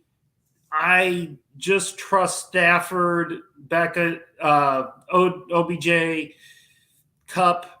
I just trust that offense more than what I saw of Jimmy G this whole playoff so far. I mean, Dallas, he did play pretty good, but that's where he got injured. Wasn't it the Dallas game that he injured his thumb in, or was it already injured coming in, Jimmy? It's already injured. He hurt his shoulder in that game. That's right. He hurt his shoulder in that game, and so he's pretty banged up. I'm going to go Rams first half, Rams full game in this one. Last week, maybe this is a good luck, Jimmy, because last week I was on Green Bay and your 49ers pulled through, but I just think it's the magic runs coming to an end here. The Rams were a far superior team than the Bucs last week, and they just kept them in the game with those turnovers. I don't think that's going to repeat itself. Maybe the Niners get 1 turnover this game, but to win a game 4 turnovers when you got 2, -2 in the playoffs to the Buccaneers in turnovers, and you still win the game. That should not happen. So I just tend to think the Rams are going to play a cleaner game, and I think that it's going to be close, but I see Rams winning by 4 to 6 points here. which will cover the 3.5. And I think they could be up by a touchdown at half.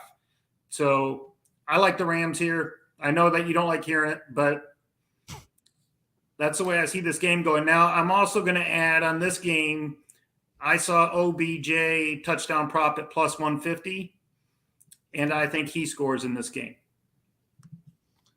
Let's see if we can beat that very quickly here. The first half is at -3. It's very expensive to take it to 2.5, but it can be done. Do you have any interest in moving that to 2.5? Or are you comfortable with the 3? And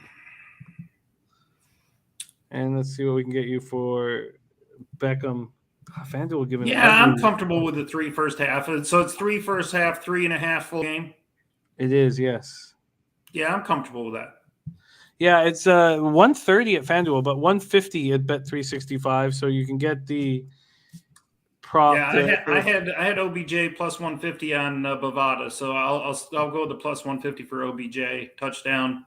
Okay, that's locked in. And then we're going to give you Rams first half -3. First half -3 is at -107 at Pinnacle.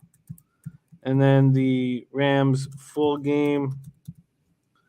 Oh, I'm glad to hear that you cashed that Pringle prop. It makes me happy. So you're when we add that to your action, you are what, a unit and a half out of first then.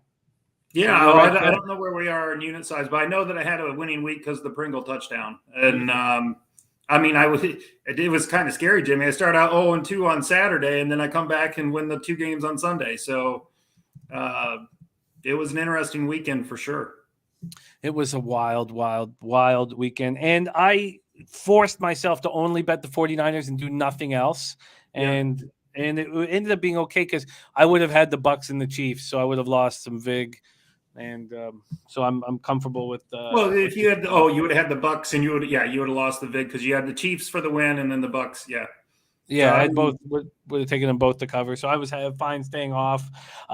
Great job, Jacksonville. Zoe Pringle touchdown plus 210, Beckham touchdown plus 150, Rams first half -3 -107, Rams full game -3.5 at -103. Follow our guy Zoe on Twitter. I'm gonna pop his handle here right now, and follow our guy Jacksonville Zoe, putting out action.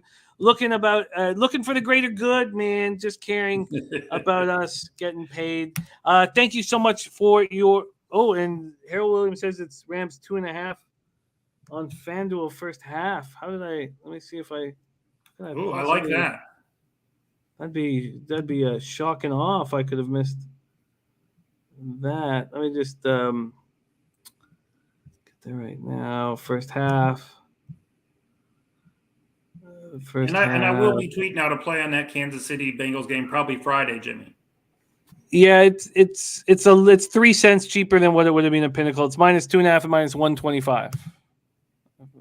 Give me the -125. I'll take that 2.5. Okay, let's do that. Thank you for mentioning that, Harold. I thought it was -128 was the cheapest that we could find. So there you go, -2.5 and -125. Zoe, thank you so much for rolling with us. Wow. So I'll redo the stats. Thank you for mentioning that. Unit and a half out of first place. So it's right there in front of you. Go get it. I'll take it. I'm going to go for it. All right, Jimmy, you have a good night. Be well. There he is, Jacksonville Zoe in the house. And Zoe has moved on Pringle and Beckham TDs 210 and 150 respectively. Rams first half -2.5 -125, full game -3.5 and -103. Next up, we have the star of the Die Hard MMA podcast, the highest average line in all of the 19 cappers who have rolled with us. Actually, our next 2 guests have the 2 highest average lines. That is Clint, who has usurped Sharpie for the highest average line in our show. I love it. Oh, I can see Sharpie itching to get back at it with the big dog bets. I love the big money line shots that you've been taking, Clint. They haven't come through, but let's see if you can cash one here. Please welcome to the show, star of the Die Hard MMA podcast, Clint McLean in the house. Clint, how are you? I'm doing good, Jimmy. I'm a little bit pissed off at the officials blowing our Ducks first period, that we had in the bag. I'm a little bit frustrated at my big plus money lines not coming through and the hole that I've dug myself in this pub contest. But hey, I'm chilling with you on camera with the pub crew. We're talking sports. It doesn't get much better than this, Jimmy. It does not get much better than this. I love it. And we've had such a great show so far. We got Clint, Sharpie, Babano, and then Jose Bouquet making his NFL Pub Hub debut. Clint, let's get right to work. We have the AFC final. Bengals, Chiefs. Take it away, my man. So, Jimmy, I know earlier somebody talked about the issues that the Bengals have with tight ends. What hasn't been mentioned is the issue that the Chiefs have with tight ends. The Chiefs have had a serious problem giving up yards and touchdowns to tight ends all season long.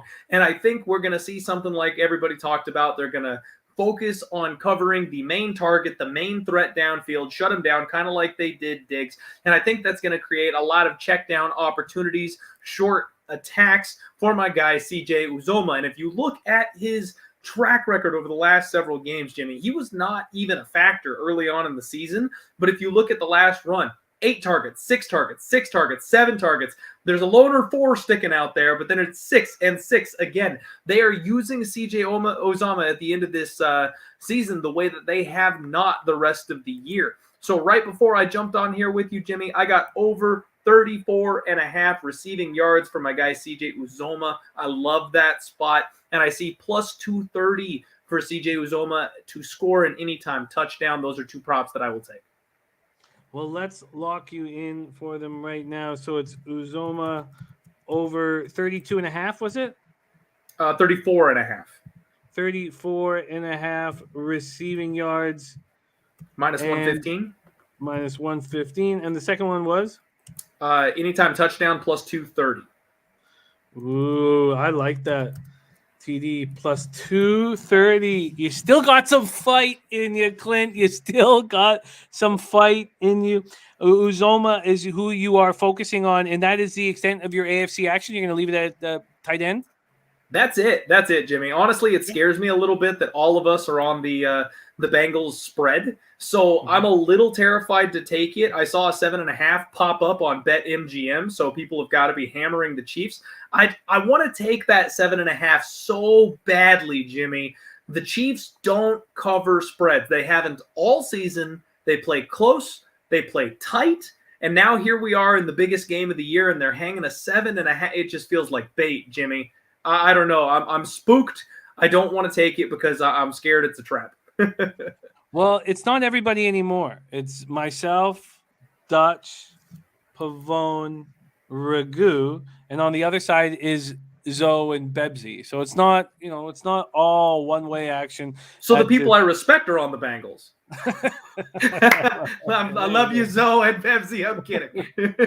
All right, we have Clint making moves on Uzomah over 34.5 receiving yards, minus 115, and anytime touchdown at plus 230. Let's move over to the NFC Conference Finals. Rams, 49ers. Take it away, Clint. Let's roll. This is another spot, Jimmy, where I want to take kind of a targeted approach. I tend to lean kind of more with Jacksonville Zoe on this one. I'm seeing a lot of love for the 49ers, and I just don't know where they get the offense. I'm not exactly sure where they compete in this game. These are 2 major defenses, and we've seen them absolutely go to battle before. The under here is the exact same situation as the spread for the Bengals, though. I see all that love on the under, and I think that's a recency bias thing because we just saw what they did with the Packers in that super low-scoring game. I think these coaches are probably going to figure some things out about each other since that first game and come back with a better game plan. But one thing I'm curious, Jimmy, do you see an interception prop on there for Jimmy Garoppolo anywhere? Well, he is throwing a ton of them. What are we in week? I guess he didn't play in each and every game, but only 7 games this year he is not throwing an interception. And in those 7 games, obviously the Niners are 7-0. Let's see what we can find. Interception, yes. Yes, Garoppolo over a half interception at Bet365 is minus 145. Give it to me. That is a great number, and I want that because Jimmy is absolutely throwing an interception, and this Rams defense is absolutely going to be attacking him and putting on the kind of pressure that will cause him to make a mistake. It's minus 158 at FanDuel, but we can beat that here at minus 145. All right, Jimmy G to throw a pick. What else are you looking at? The last spot, I think, Jimmy, I've taken this shot a couple of times, and it has gotten so close 2 or 3 times on this show. I have hit it a couple times personally, but I've never hit it on the show here with you, Jimmy. And I've got some ground to make up. Like I mentioned before, I'm in a massive hole for this contest. Similarly to that Jimmy G touch interception prop, I need a Rams defensive or special teams touchdown. I'm seeing plus 600, 6-1 for the Rams defense to score a touchdown at any point in time throughout this game. This is such a big game, Jimmy, that the Rams, I think, are going to have a lead early, whether it's 3 points or whether it's 6 points. It doesn't really matter. We are going to have a situation where Jimmy G is going to be forced to try and move this ball down the field, and that's something he's not comfortable doing. As soon as they start relying on him to stretch that ball, he makes mistakes, he throws those picks, and especially at the end of the game when the game is already over, those turn into pick sixes. So give me that 6-1 on an anytime defensive touchdown for the Rams. And if you cash it, it would be the highest plus line of the season, and you'd be right back in business. Real Deal Prime says, take that bet. Rams defensive touchdown. Real Deal Prime liking it as well. Mike Smith on Cup and Debo overs. And there you have it. Rams special teams or defensive touchdown plus 600. Jimmy G over a half interception at minus 145. Then you have the Uzoma props in the AFC battle. Clint, my man, thank you for joining us. Do you want to give us a quick let us know quickly what's going on with the Die Hard MMA podcast on Monday? Hell yeah, Jimmy. So this week there's no UFC. We broke down Bellator. I did go over the full card in case you guys need something on Saturday. There are still people punching each other in the face. Next week we are back to the normal schedule. We're going to break down the next UFC card on Monday, 6:30 p.m. Eastern Time, live streamed right here on Pub Sports Radio. I love it, Jimmy. Thank you for having me on, my friend. Appreciate doing the game here with you.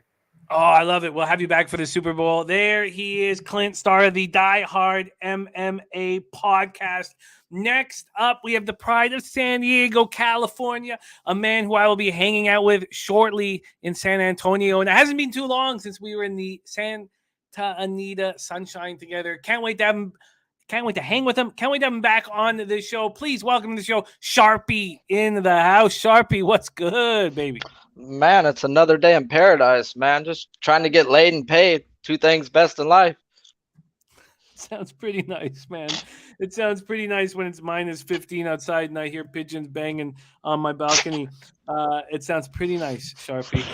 But, 2 months from now, I'll be in San Antonio and all will be good. All will be good. So that's all I'm thinking about. Just make it through the next couple months. Don't go outside. Make it through the next couple months. Let's get right to work here. We're going to start with the AFC, Sharpie. All the props are out now, which is beautiful. So we got everything available for you. And I can't wait to hear how you're going to first get that in you. Get that in you.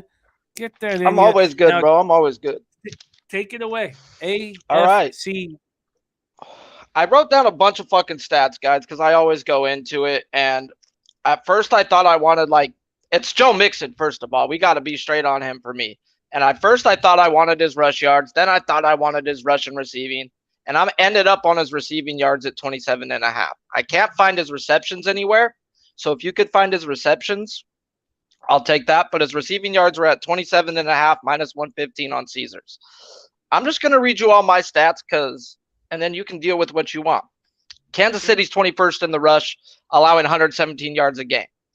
But like Noli said last year, they're 31st in the league in yards per attempt, allowing 4.8. So otherwise, they're not fucking good, guys. The Chiefs defense hasn't been that good. Any type of real offense this year has scored more than 26 points. Am I going to take the Bengals to go over 23.5? Probably not. That's not my game. But Mixon's averaging 71 yards a game this year, and they have his rush prop at 57.5. That, to me, there's value. But then I started digging more into it. I know the Chiefs stopped Singletary and Harris. I'll hear that shit all day from a lot of people. And if you watch the Bills game, they were shitty-ass run play calls, straight off tackle, and they game-scripted Singletary's rush out. So I figured What the fuck, dude? I don't want that anymore. I don't want to be game scripted out. I don't think the Chiefs game script him out, to be honest. Last time out, he had 12 carries for 48 yards. I think they give him more than that this time out, but I don't want his rush yards. His last 4 games where the money's been on the line, he's averaging 6.5 targets, 5.75 catches, and 47 yards. 47 yards receiving. And against the Chiefs where he had 7 catches and 40 yards. It's not that he can't do it again. He will do it again. The Chiefs are number 8 in the NFL in blitzing. And we already seen that. Like, you'll hear it all this show. The Cincinnati Bengals tackles or this and this and that. Well, guess who's going to receive all them little dump-offs? Joe fucking Mixon. In the last 4 weeks, he's been doing nothing but eating. So I'm going to bang on his reception yards once again. And you're right. I can't find receptions for some reason. Receiving yards I can find, but no receptions, which is strange. So yeah, when his receptions do come out, I'm going to take that and I'll tweet it out. But if it's 4.5, it should be 4.5.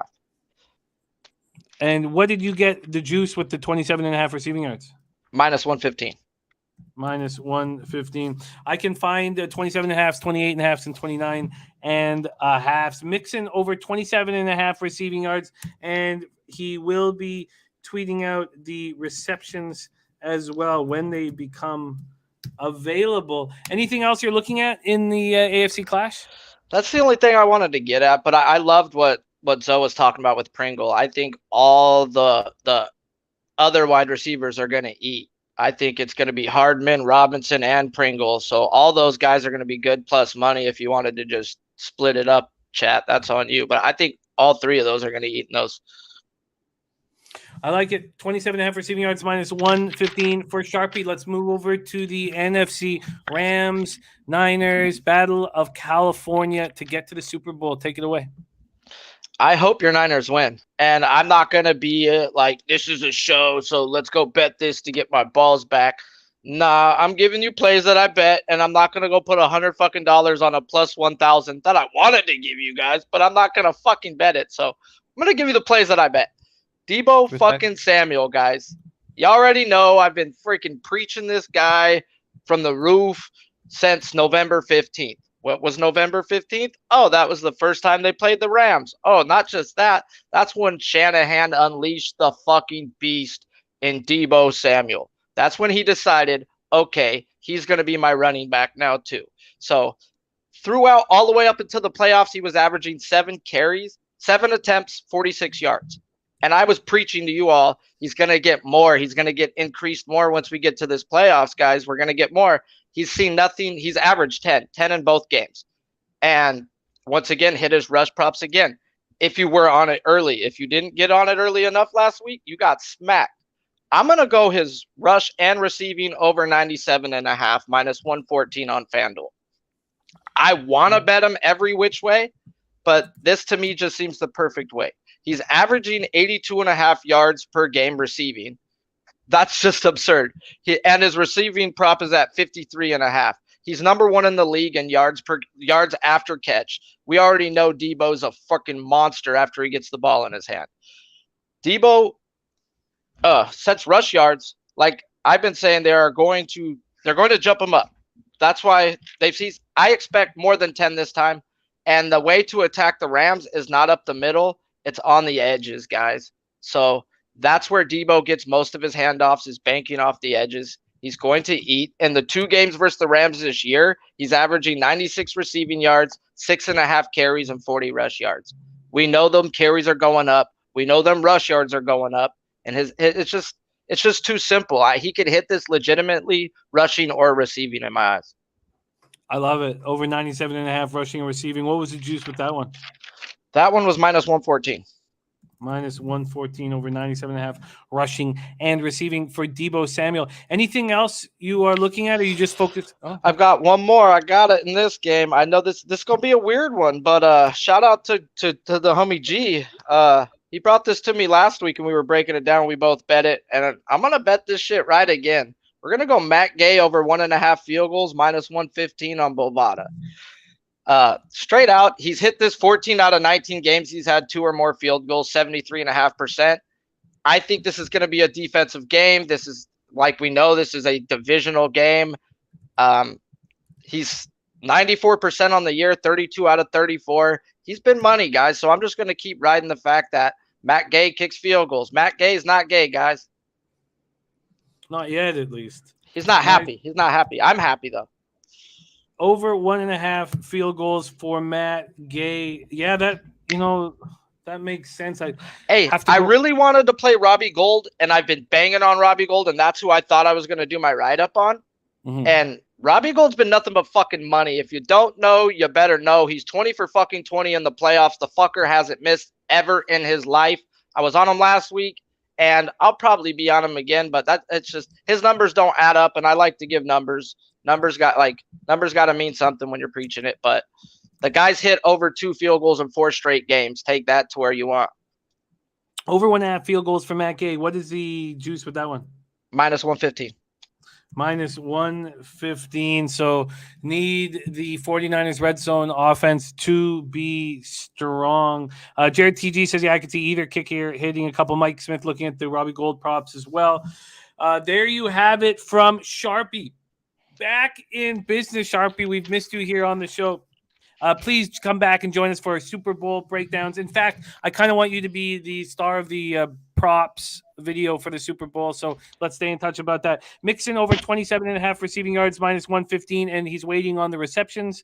Deebo Samuel rushing and receiving over 97.5 yards, minus 114. Over 1.5 field goals for Matt Gay at minus 115.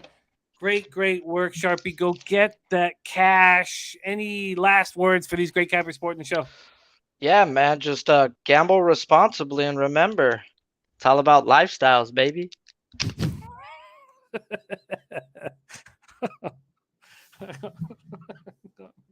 He got me. He's got timing as well, that man.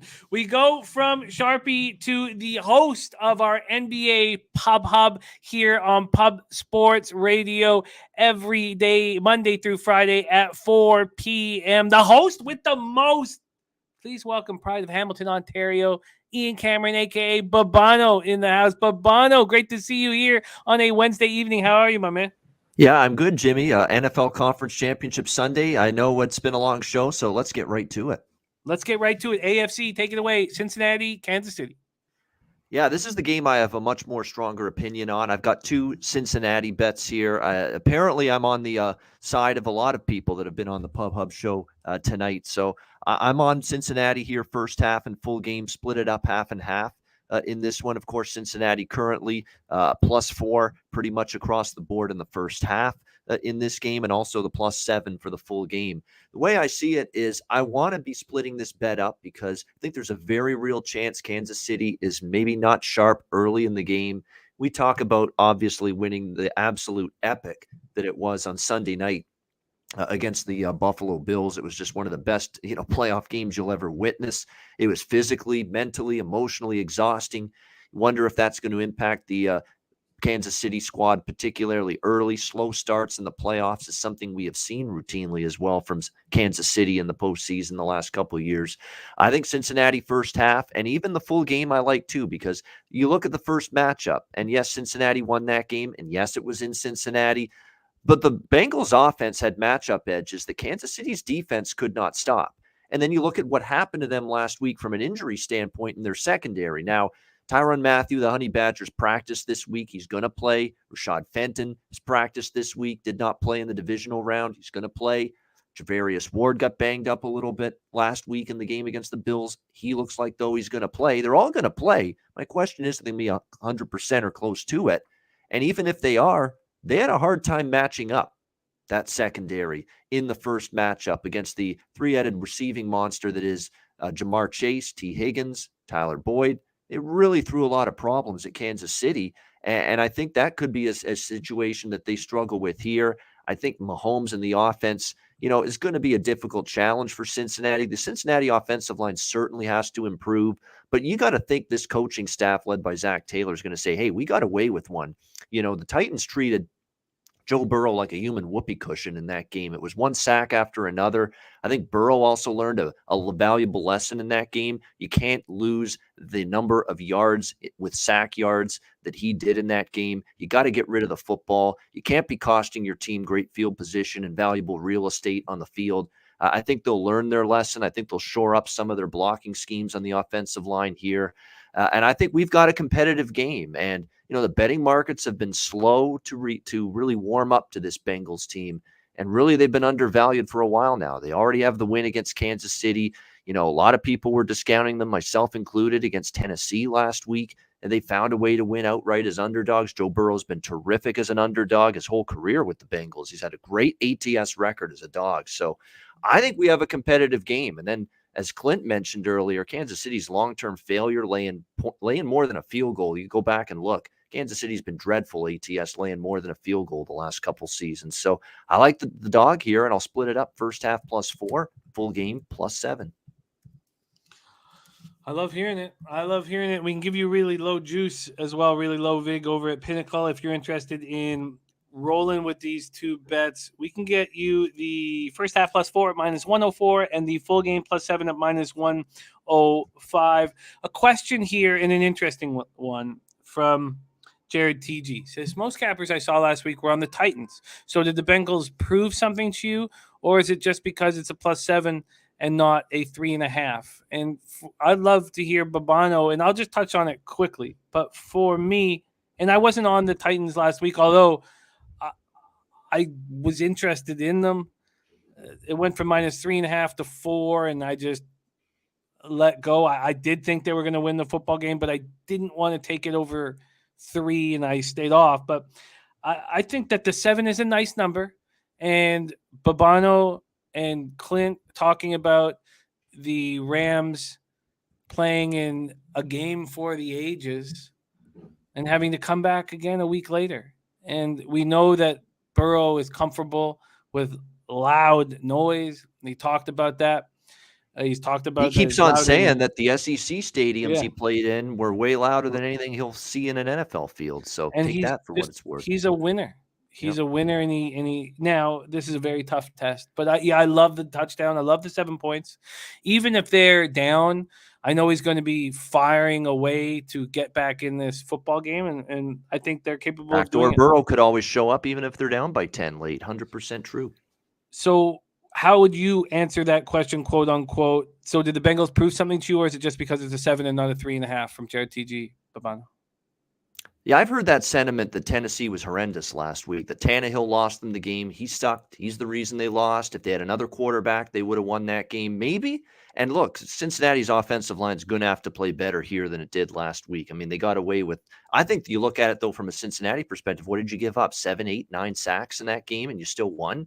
I mean, that's pretty good. And let's not totally forget the fact that Derrick Henry last week, now granted, he's coming back from an injury. We don't, maybe that had some part in it, but let's tip our cap to the Bengals defensive front and the run defense they showed. 3.1 yards per carry for Derrick Henry last week. They kept him in check, and they made Tannehill have to really do a lot more throwing the football. I thought their defense was very good. I think their defense has continuously improved.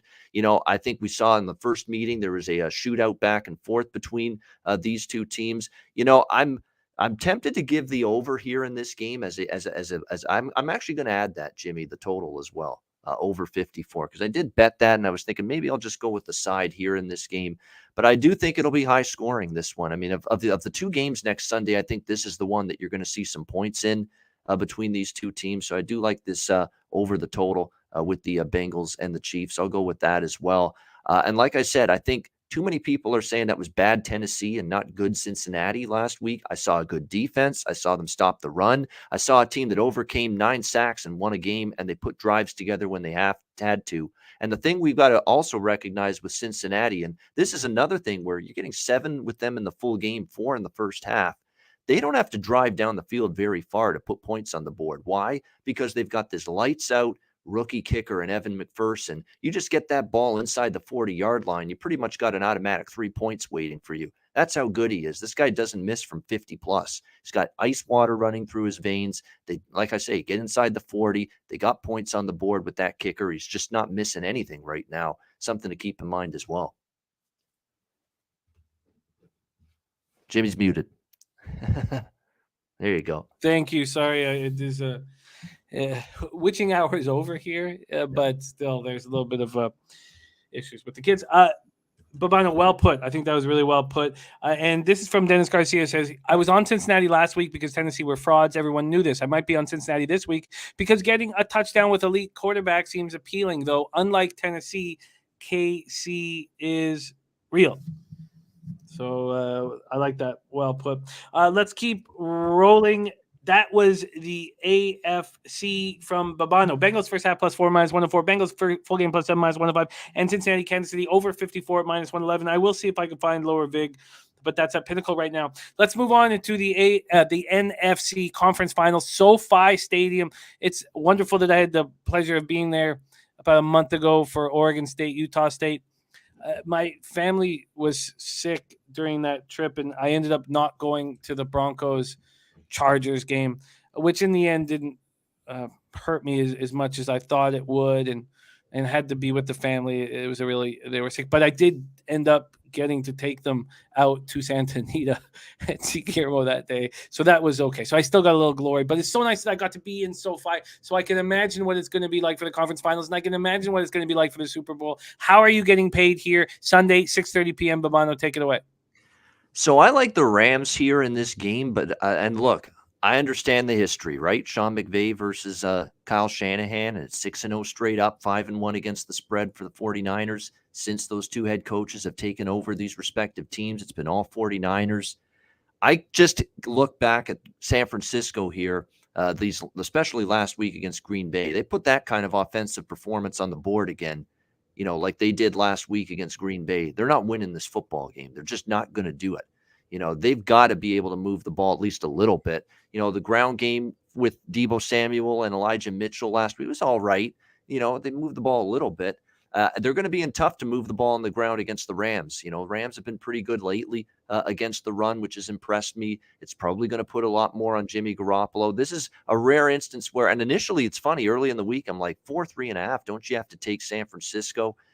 And I was thinking that early in the week, but the more I look at it, the Rams completely and utterly dominated Tampa Bay last week. I mean, that game was totally one-sided until I think just a couple fumbles, a big play. Jalen Ramsey can't give up that big pass to Mike Evans. You can't. You got to be better than that in that spot with 3 minutes to go. Can't give up the big play they did.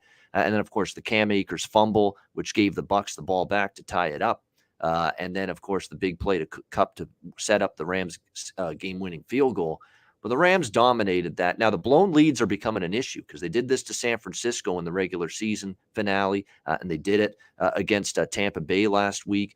But I look at Matthew Stafford, and what cinched it for me is that he's got a chance, I think, maybe to go to a Super Bowl, is that the whole team has fallen apart. They've tied the game, Tampa Bay. It looks like they're about to crumble and maybe lose this game. And poise and composure of Stafford to let go that big ball down the field to Kupp and win that game, put him in range for that field goal. That was impressive. That was big time for Matthew Stafford. That was like one of those, I can win a big game. I can make the big play, the big throw when the pressure is at its greatest, when our backs are against the wall. I was impressed by that. And I think if the Rams get ahead in this game, and look, that's been their pattern. The 49ers in the regular season meeting a few weeks back, last week against Tampa Bay, they have a pattern of starting really strong in these games. Is Jimmy G and the passing offense of the Niners the kind that can lead you from behind? They did the first time. Credit to them. But that was a game, Jimmy, where the Niners are playing for their season. There's no tomorrow for San Francisco if they lost that game. The Rams, yeah, they were playing for the NFC West, but, they still saw Arizona losing that day to Seattle. It was not the same situation. You know what I mean? I mean, San Francisco had the season on the line. The Rams didn't. Maybe they let up a little bit with a big lead. I think after these last 2 weeks, and especially last week, if the Rams get up in this game, I think the Niners are going to be tough to come back with the passing game. And if that means they're going to have to throw the ball a lot more, I think that'll be trouble for the Niners. So what I'm going to do here is, because I do lean the Rams here, I don't want to lay 3.5. I'm not interested in the -175, -180 on the money line. I considered that. I'm going to go with a team total over here on the Rams in this game. See what number you can find, Jimmy, for me, the best one. But that's, I think, the best option, because I really think this secondary of the 49ers could be in trouble here. I'm seeing a passing game that is really starting to really come together at the right time. Cooper Kupp's been amazing all year. We've known that. But what's impressed me here is what we've seen out of Odell Beckham lately for the Rams. This guy, it looks like from all indications, he's been a good teammate. He's making an impact. He's obviously everything thrown to him, he's catching right now. I mean, this passing game is a lot more dynamic with Odell there now and playing at a very high level to go with Kupp. And the one issue with the Niners is that secondary. It's clearly the weak link of the defense, and I worry about it holding up here against this Rams team. So I'd rather go team total route because I'm a little bit more uncertain, I guess, the Niners offense versus the Rams defense. But I'm confident this Rams offense can move the ball through the air against the Niners defense, which is why I'm going to bet the team total here instead. I get it. I get it. And the best team total I can find you is over 24.5 at -108.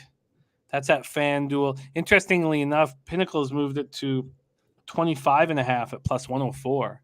That's a good sign for you. So the team total over 24.5 at -108. I was hoping that the Niners would get to play Tampa in this playoff run. Clearly, with the injuries that Tampa had, they were vulnerable this year. I feel from a difficulty factor, it was much, much more difficult to go into Lambeau and beat the Packers than it was to beat the Buccaneers.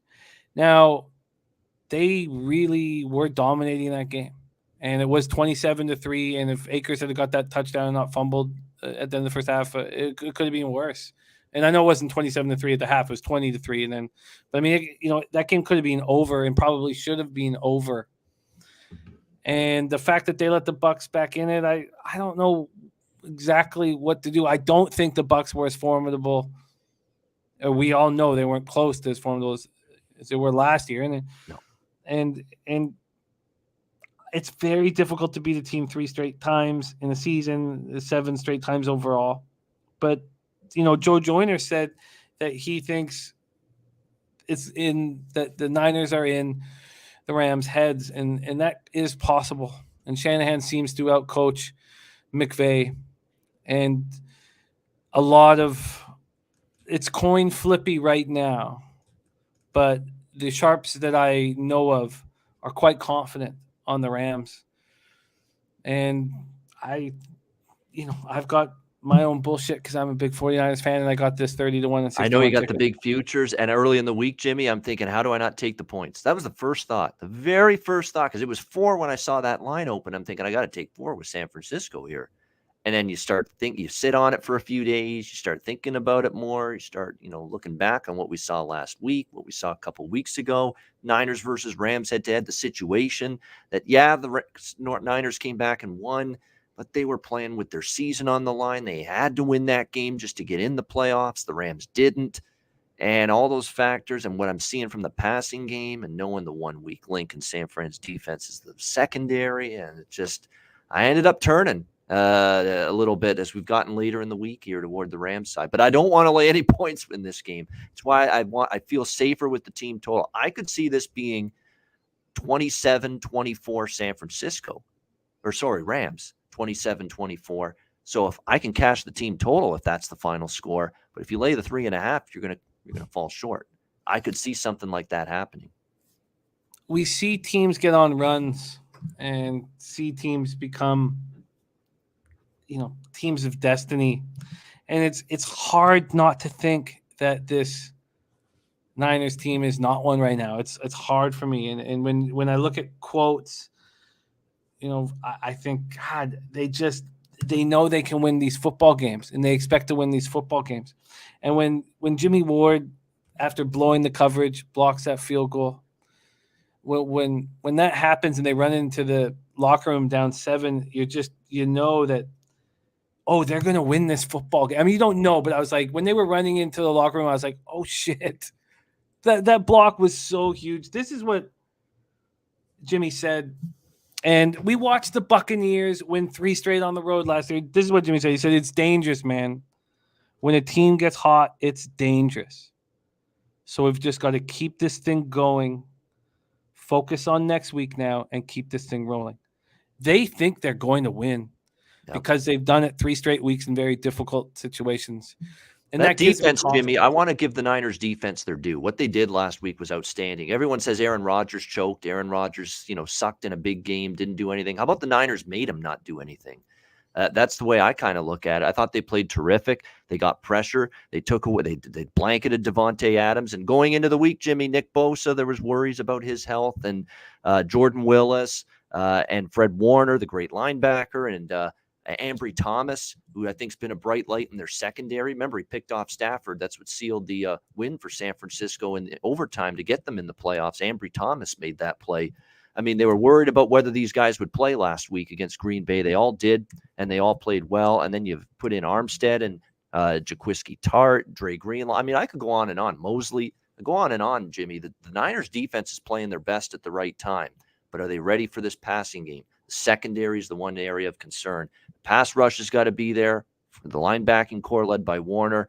Disrupt that offensive line. Force Stafford into that key mistake, which he didn't make last week.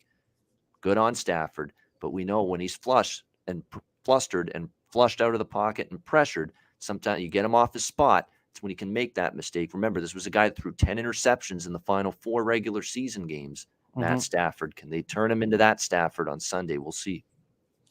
We'll see. I love your breakdowns as always, and your looks are very exciting here. Bengals first half +4 -104. Bengals full game +7 -105.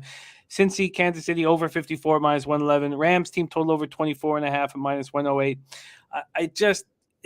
When they came back on the Rams in week 18, it just reminded me of when the Red Sox were down 3-0 and Kevin Millar kept saying, "Don't let us win one. If you let us win one, there's trouble." And I just now the glass slipper could fall off and it could be turned into a pipe and people could be smoking rock out of it. We know that's possible, but I think this team can keep winning. Babano, great breakdowns. Love capping with you. Catch Babano every day, Monday through Friday, as the host of our big NBA Pub Hub for My Money, the best show in the business. Babano, thank you, my friend. Follow our guy on Twitter at Babano. Thank you for joining us, my man. I love it, and I can't wait to cap the Super Bowl with you. Looking forward to it. Super Bowl NFL Pub Hub. I'll be here. Thanks to everyone for watching, and good luck to everybody on Conference Championship Sunday. There he is, Babano in the house. We've had 19 cappers grace the NFL Pub Hub screen, and we are now adding our 20th capper. And this is no glass shoe pipe smoking hooker off the street. This man has been excellent on my show for a long period of time. And we've called him out, we've questioned him, and he has stepped up. On my show on All Sports, he's 82-76, hitting at 51.9%, plus 11.65 units, with an ROI plus 7.37%, and an average line of plus 106. And he's now making his debut on NFL Pub Hub. Our last guest on the show, please welcome none other than Jose Bouquet. Jimmy, how are you doing today? I am extremely tired, I'll be honest with you. Sure. But I'm excited. I'm excited because I have a play that has not been spoken about on this show yet, amongst thousands seemingly of great great cappers, and no one's talked about it. So I'm excited to talk about it. And yes, I did shave for this show, so I'm ready to go. That was the NFL Pub Hub glory hole cam. We have him sitting back now. Oh God!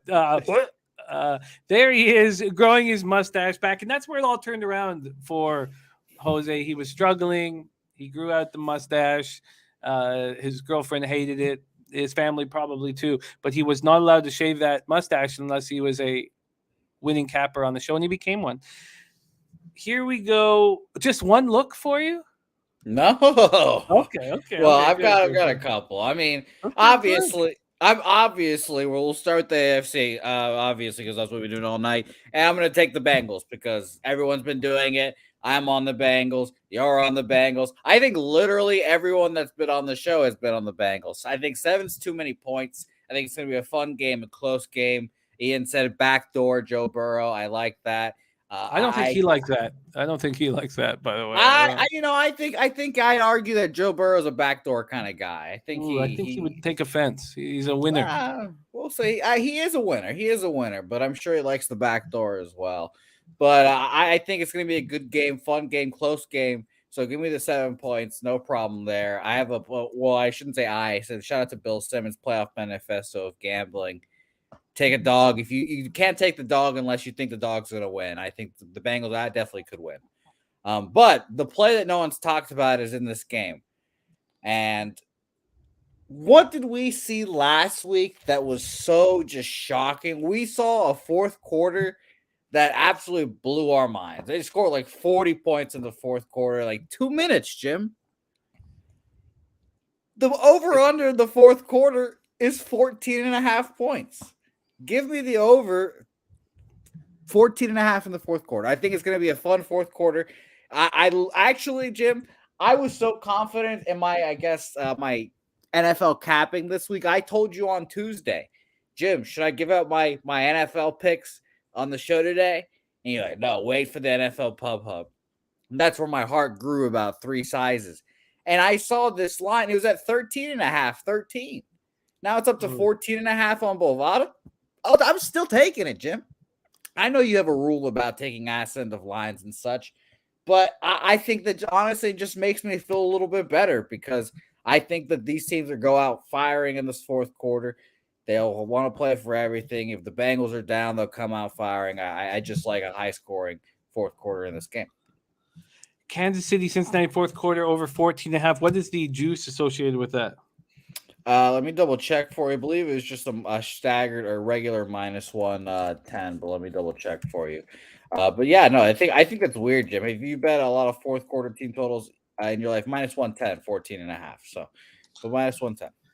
Minus 110. You are locked in. Jose, you are locked in with 2 looks. And it's not all of us on the Bengals. Zoe and Bebsy are on the Chiefs. Bebsy's on the Bengals, then I feel even on the Chiefs, I feel better. Great. Good. I thought you might. I thought that might be music to your ears. Okay, let's keep rolling here. We have AFC locked in for our Jose Bouquet. Bengals plus 7 and that fourth quarter over 14.5. Now we head to the NFC, the Battle of Cali. Take it away, Jose Bouquet, our final capper on the show. Let's hear how you are getting paid on Sunday. Well, I think solidarity's purposes, I have to take the 49ers. I have to roll with you.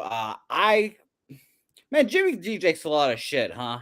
I don't really understand why he takes all this shit. Like you say, he's a winner. I mean, first of all, let's go through the things that Jimmy G has done in his career. First of all, he fucks. He confirmed fuck. Shout out to the porn star. He's led this team to a Super Bowl before. He was 1 throw away from beating Patrick Mahomes in the Super Bowl. Does he throw interceptions at a high rate? Yeah. Does he win games that he doesn't throw touchdowns in? Also, yeah. So I'm going to take the 49ers here. I think it's going to be a fun game. I think Shanahan and the McVay matchup is always interesting. I'll take the history. As we say in the show earlier this morning, historical trends matter. 6-0. We'll take Shanahan and the boys will take the points. And we'll take a very interesting rematch of 49ers Chiefs because I think the Chiefs are going to win, but a close game.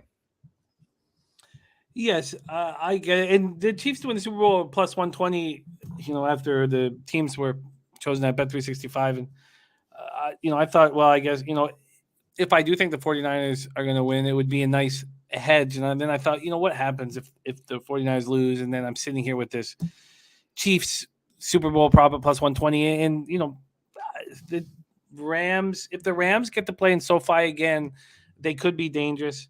But yes, I agree. The Chiefs are clearly the favorite and can take care of business here. You are going for the points here, plus 3.5. That's minus 111 at Pinnacle. I wonder if I can beat that. I'm going to try to beat that. Minus 111. While you look, Jim, I'm going to give you 2 more plays because I've got them in my sack of plays. I just want to disperse them to everyone. Sure. First of all, of course, I like sacks, of course. but I'm going to pull out of this one the under 46 here. I think this is going to be a defensive battle. Like I said, does Jimmy G throw the interceptions? Yeah, he does. So does Matthew Stafford.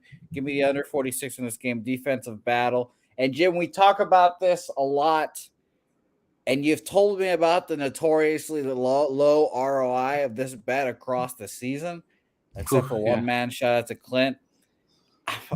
I'm addicted to them teases. I gotta try one more. Gotta roll the dice here. I'm taking both dogs to just bump them up. I think like I said, I think these are gonna be fun, close games. This is the fun, close game teaser. Minus 130, unfortunately, for just two teams. But give me the 49ers plus 10, Bengals plus 13.5. I just think it's too easy. Close games again. The NFL, if NFL hashtag rigged, then hopefully they rig them for entertaining products. Well, that is a fascinating card you have here, starting with Bengals full game plus 7 minus 105. Kansas City, Cincinnati, fourth quarter over 14.5 minus 110. 49ers plus 3.5 at minus 111. San Francisco, LA Rams under 46 at minus 110. And the Bengals plus 13.5. 49ers plus 10 at minus 130.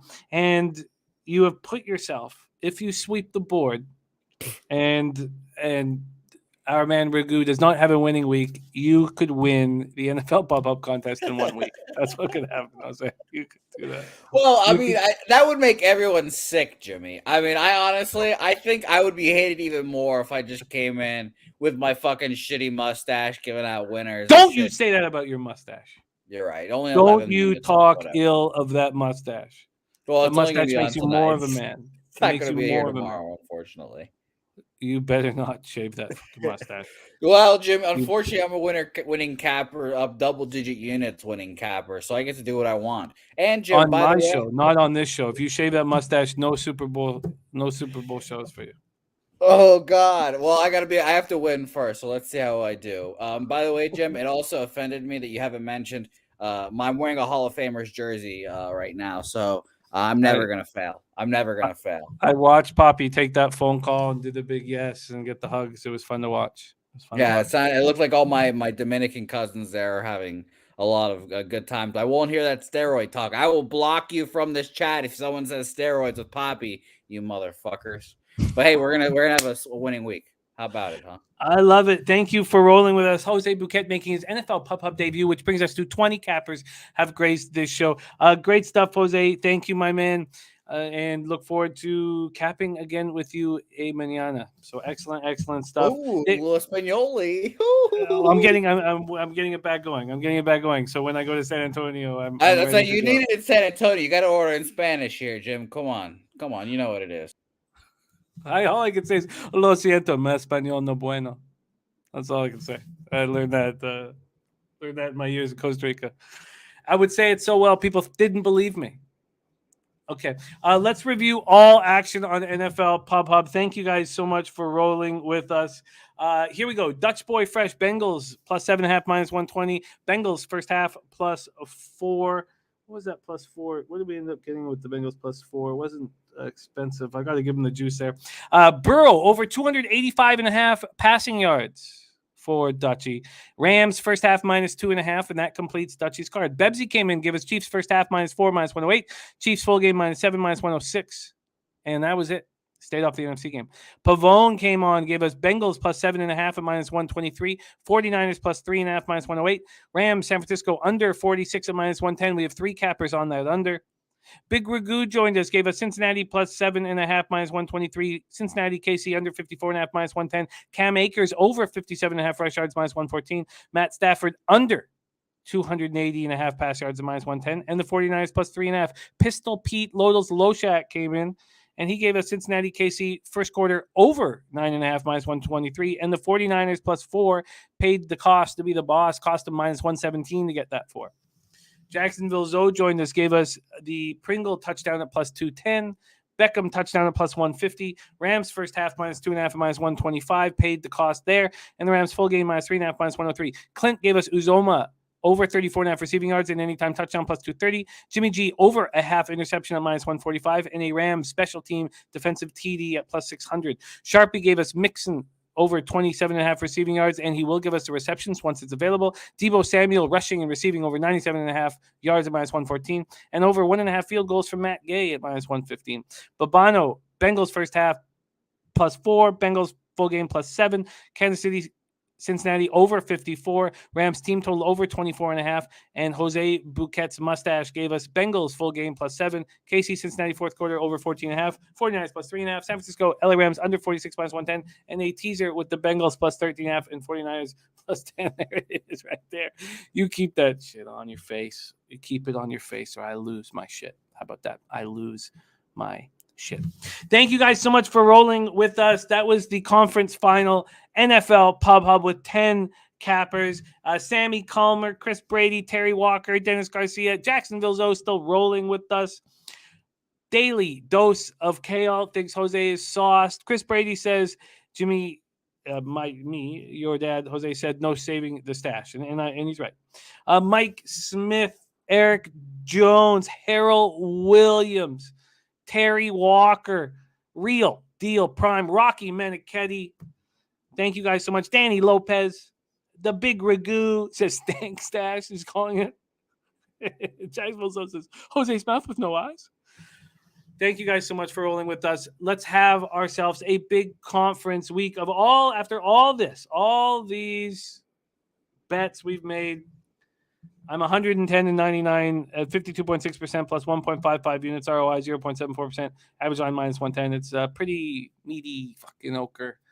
So let's see if I can improve that. I'm only on 2 looks. I've got the Bengals +7, 49ers +3.5. But, if the 49ers win this, I get a big score, and I would like it very, very, very much. Thank you guys for watching. I will see you guys tomorrow at 11 a.m. Eastern for Betting with the Bag. Let's have ourselves a giant conference final weekend.